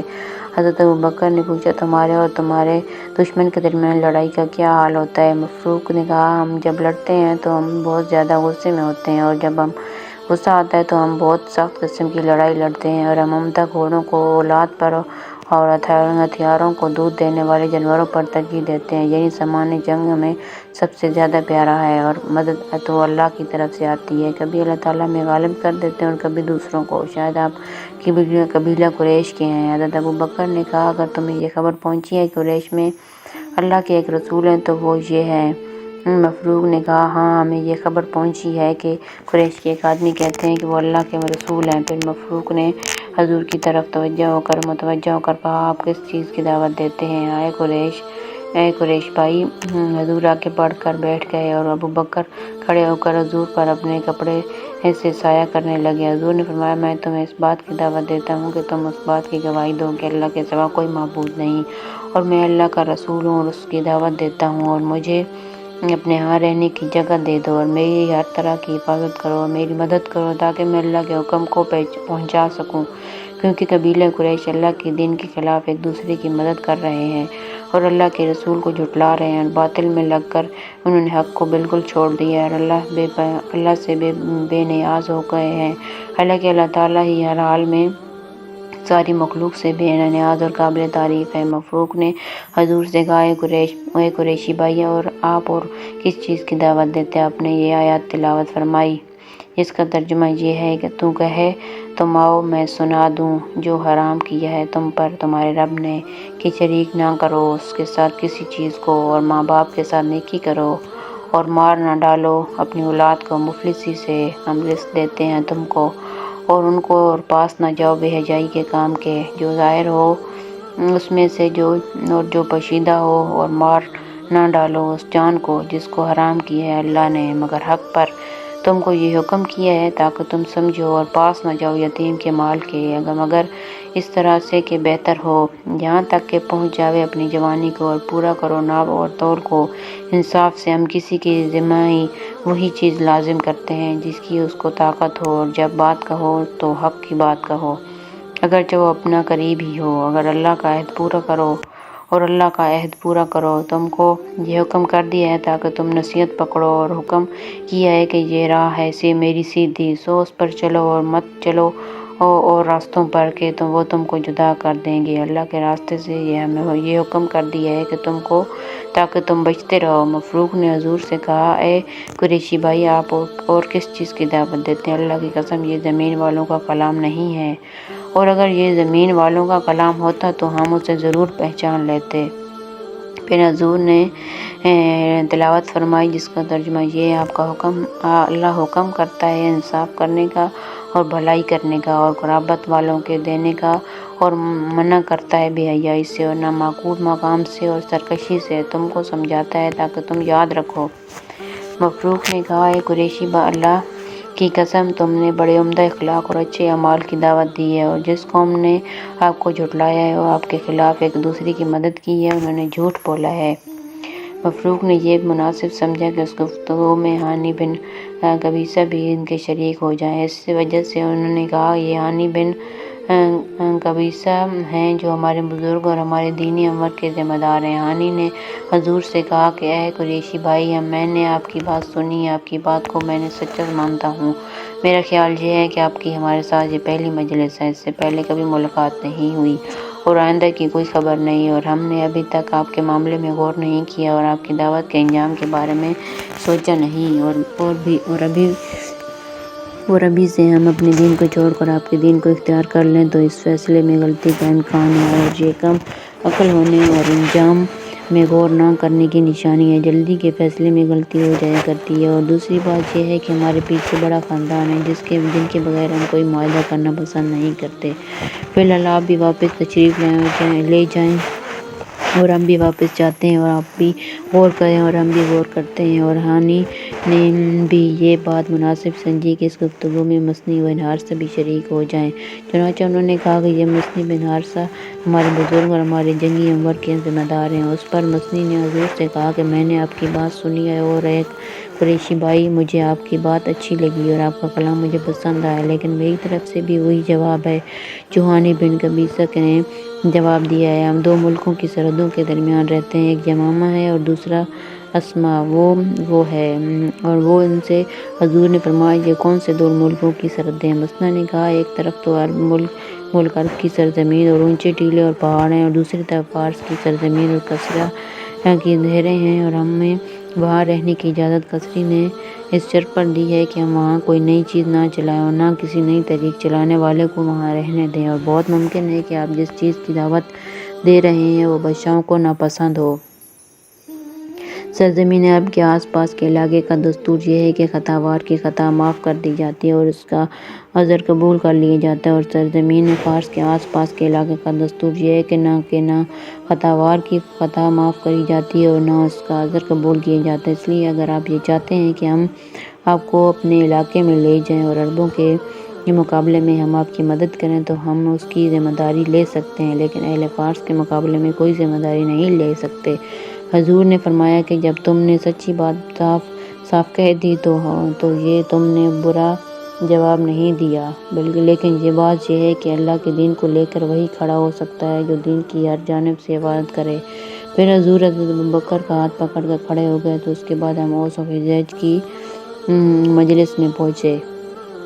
ہمارے اس مجلس سے اٹھنے سے پہلے ہی وہ حضور سے اسلام پر بیعت ہو گئے، لیکن حضرت علی نے فرمایا کہ یہ اوس و خزرج والے رضوان اللہ علیہ اجمعین بڑے سچے اور بڑے صابر تھے۔ صاحب بدیع نے اس حدیث میں یہ مضمون بیان کیا ہے کہ حضور نے فرمایا کہ اللہ کے دین کو لے کر وہی کھڑا ہو سکتا ہے جو دین کی ہر جانب سے حفاظت کرے۔ پھر آپ نے فرمایا کہ تم مجھے ذرا یہ بتاؤ کہ تھوڑی ہی عرصے میں اللہ پاک تمہیں ان کا ملک اور مال دے دے اور ان کی بیٹیوں کو تمہارا بچھونا بنا دے، یعنی تو وہ تمہاری بیویاں یا ماندہ بن جائیں، کیا تم اس کے لیے اللہ کی تسبیح تقدیس بیان کرنے کے لیے تیار ہو۔ نعمان بن شریک نے حضور سے کہا، اے قریش، آپ کی یہ بات ہمیں منظور ہے۔ پھر آپ نے یہ آیتیں تلاوت فرمائیں۔ ہم نے تجھ کو بھیجا بتانے والا اور خوشخبری سنانے والا اور ڈرانے والا اور بلانے والا اللہ کی طرف اس کے حکم سے اور چمکتا ہوا چراغ۔ پھر حضور حضرت بکر کے ہاتھ پکڑ کر کھڑے ہو گئے اور حضرت علی فرماتے ہیں کہ میں اس کے بعد حضور نے ہماری طرف متوجہ ہو کر فرمایا، اے علی، زمانہ جاہلیت میں عرب کے اخلاق کیا ہیں؟ یہ کتنے بلند ہیں! ان اخلاق کی وجہ سے دنیاوی زندگی میں ایک دوسرے کی حفاظت کر لیتے ہیں۔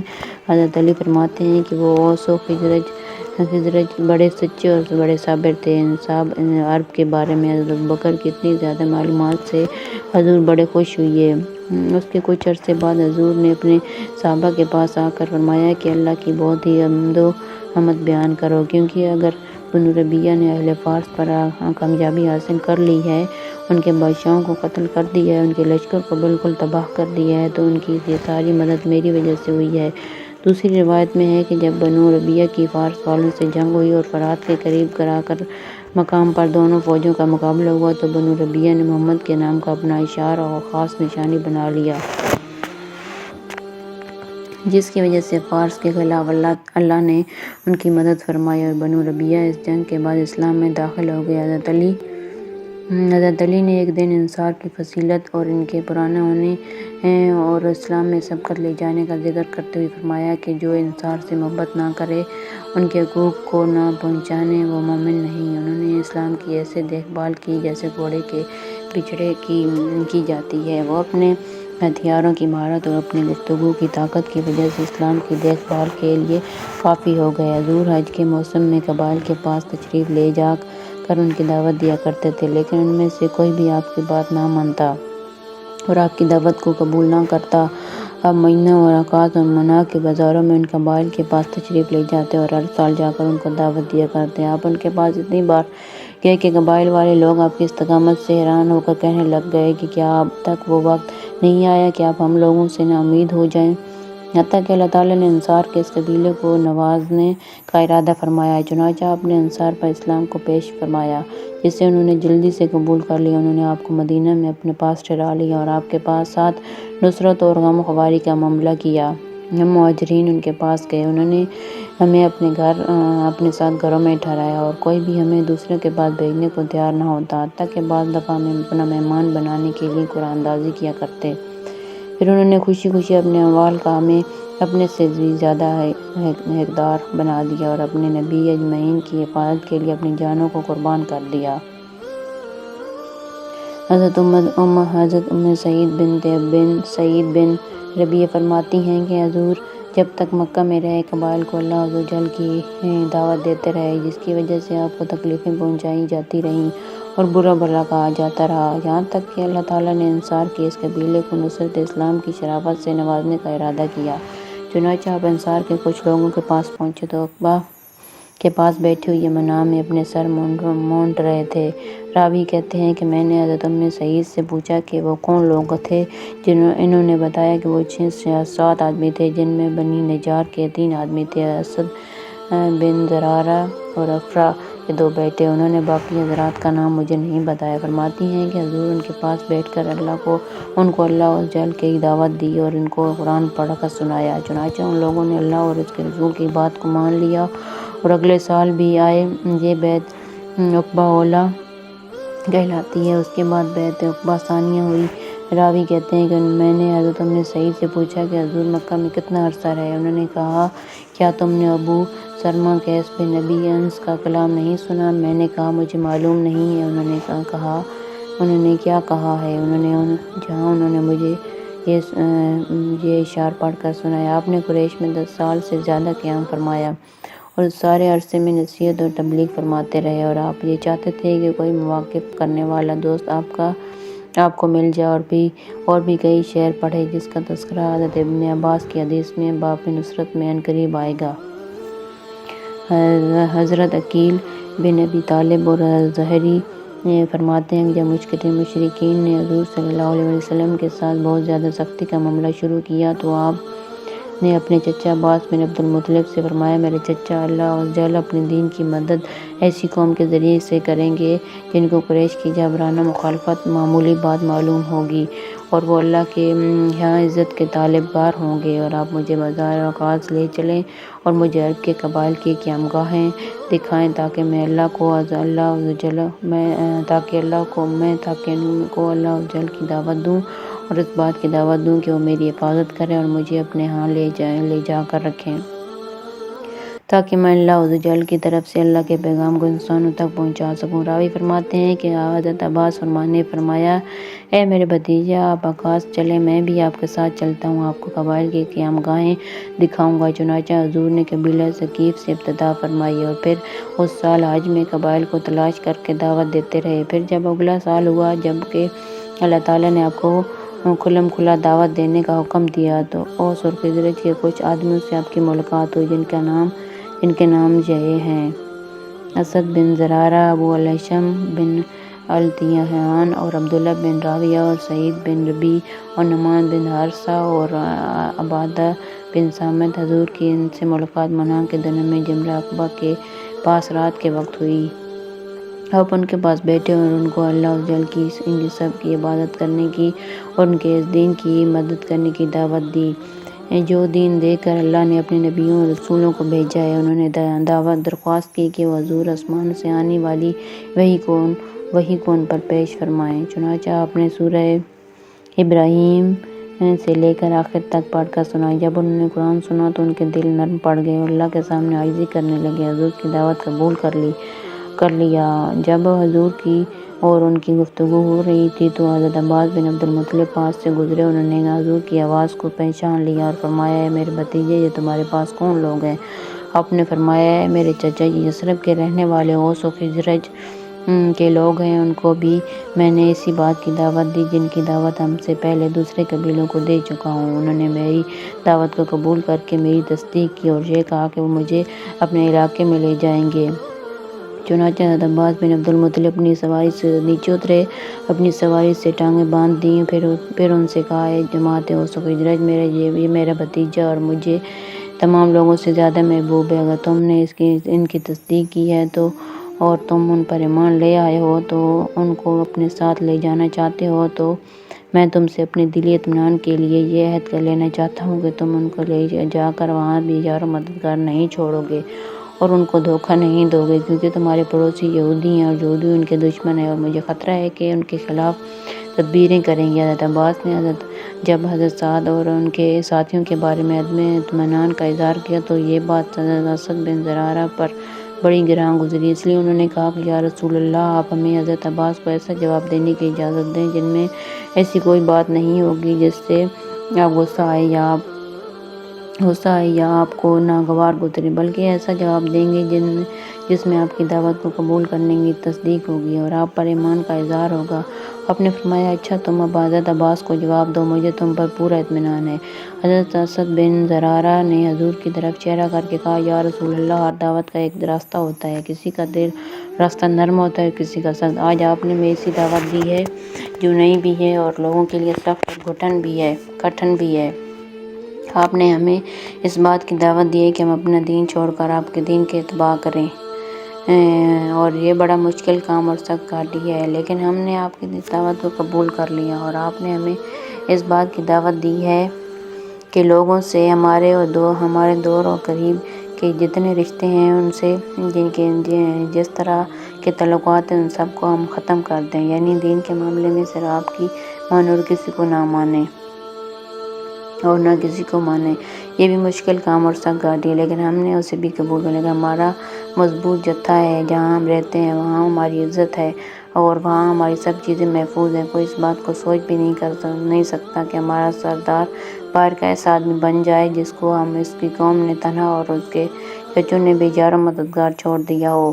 آپ نے ہم کو دعوت دی، ہم کو اپنا سردار بنا لیا۔ یہ بھی بڑا مشکل کام اور سخت گھاٹی ہے، لیکن ہم نے آپ کی اس بات کو بھی قبول کر لیا۔ لوگوں کو یہ تمام کام ناپسند ہیں، ان کاموں کو نہ صرف کوئی پسند کرے گا جس کی ہدایت کا اللہ نے فیصلہ کر دیا ہے اور جن کاموں کے انجام میں خیر چاہتا ہو۔ ہم نے آپ کے ان تمام کاموں کو دل و جان سے قبول کر لیا ہے اور انہیں قبول کرنے کا زبان سے اقرار کر رہے ہیں اور ان کا پورا کرنے میں ساری طاقت خرچ کریں گے، اور آپ جو کچھ لائے ہیں ہم اس پر ایمان لا رہے ہیں، اور اس معرفت و خداوندی کی ہم تصدیق کر رہے ہیں جو ہمارے دلوں میں پیوست ہو گئی ہے، اور ان تمام باتوں پر ہم آپ سے بیعت ہوتے ہیں، اور ہم اپنے رب اور آپ کے رب سے بیعت کرتے ہوتے ہیں۔ اللہ کی مدد کا ہاتھ اور ہمارے ہاتھوں کے اوپر ہے، آپ کے خون کی حفاظت کے لیے ہم اپنے خون بہا دیں گے، اور آپ کی جان کو بچانے کے لیے ہم اپنی جانیں قربان کر دیں گے، اور ان تمام چیزوں سے ہم آپ کی حفاظت کریں گے جن سے ہم اپنے بیوی بچوں کی حفاظت کرتے ہیں۔ اگر ہم اپنے عہد کو پورا کریں گے تو اللہ کے لیے پورا کریں گے، اگر ہم اس عہد کی خلاف ورزی کریں گے تو یہ اللہ سے غداری ہوگی جو ہماری انتہائی بد نصیبی ہوگی۔ یا رسول اللہ، یہ ہماری تمام گزارشات سچی ہیں، اگر ان گزارشات کے پورا کرنے کے لیے ہم اللہ ہی سے مدد مانگتے ہیں۔ اس کے بعد حضرت نے حضرت عباس بن عبد المطلب کی طرف چہرہ کر کے کہا، اے وہ شخص جو اپنی بات کہہ کر ہمارے اور نبی کریم کے درمیان آ گیا ہے، اللہ ہی جانتا ہے کہ آپ کا ان باتوں سے کیا مقصد ہے۔ آپ نے یہ کہا ہے کہ یہ آپ کے بھتیجے اور تمام لوگوں سے زیادہ آپ کو محبوب ہیں، تو ہم نے بھی ان کی وجہ سے اپنے قریب اور دور کے تمام رشتہ داروں سے تعلقات توڑ لیے ہیں، اور ہم اس بات کی گواہی دے رہے ہیں کہ یہ اللہ کے رسول ہیں، اللہ نے ان کو اپنے پاس سے بھیجا ہے، یہ جھوٹے نہیں ہیں، اور جو کلام یہ لائے ہیں وہ انسانوں کے کلام سے ملتا جلتا نہیں ہے۔ باقی آپ نے جو یہ کہا کہ آپ ان کے بارے میں ہم سے تب مطمئن ہوں گے جب آپ سے پختہ عہد کر لیں گے، تو حضور کے لیے ہم سے جو بھی کوئی پختہ عہد کر لینا چاہے ہمیں اس سے انکار نہیں ہے، لہذا آپ جو عہد لینا چاہتے ہیں لے لیں۔ پھر حضور کی طرف متوجہ ہو کر عرض کیا، یا رسول اللہ، اپنی ذات کے لیے آپ جو عہد ہم سے لینا چاہیں لے لیں، اور اپنے رب کے لیے جو شرطیں ہم پر لگانا چاہیں لگا لیں۔ آگے حدیث میں ان حضرات کے بیعت ہونے کا پورا قصہ مذکور ہے۔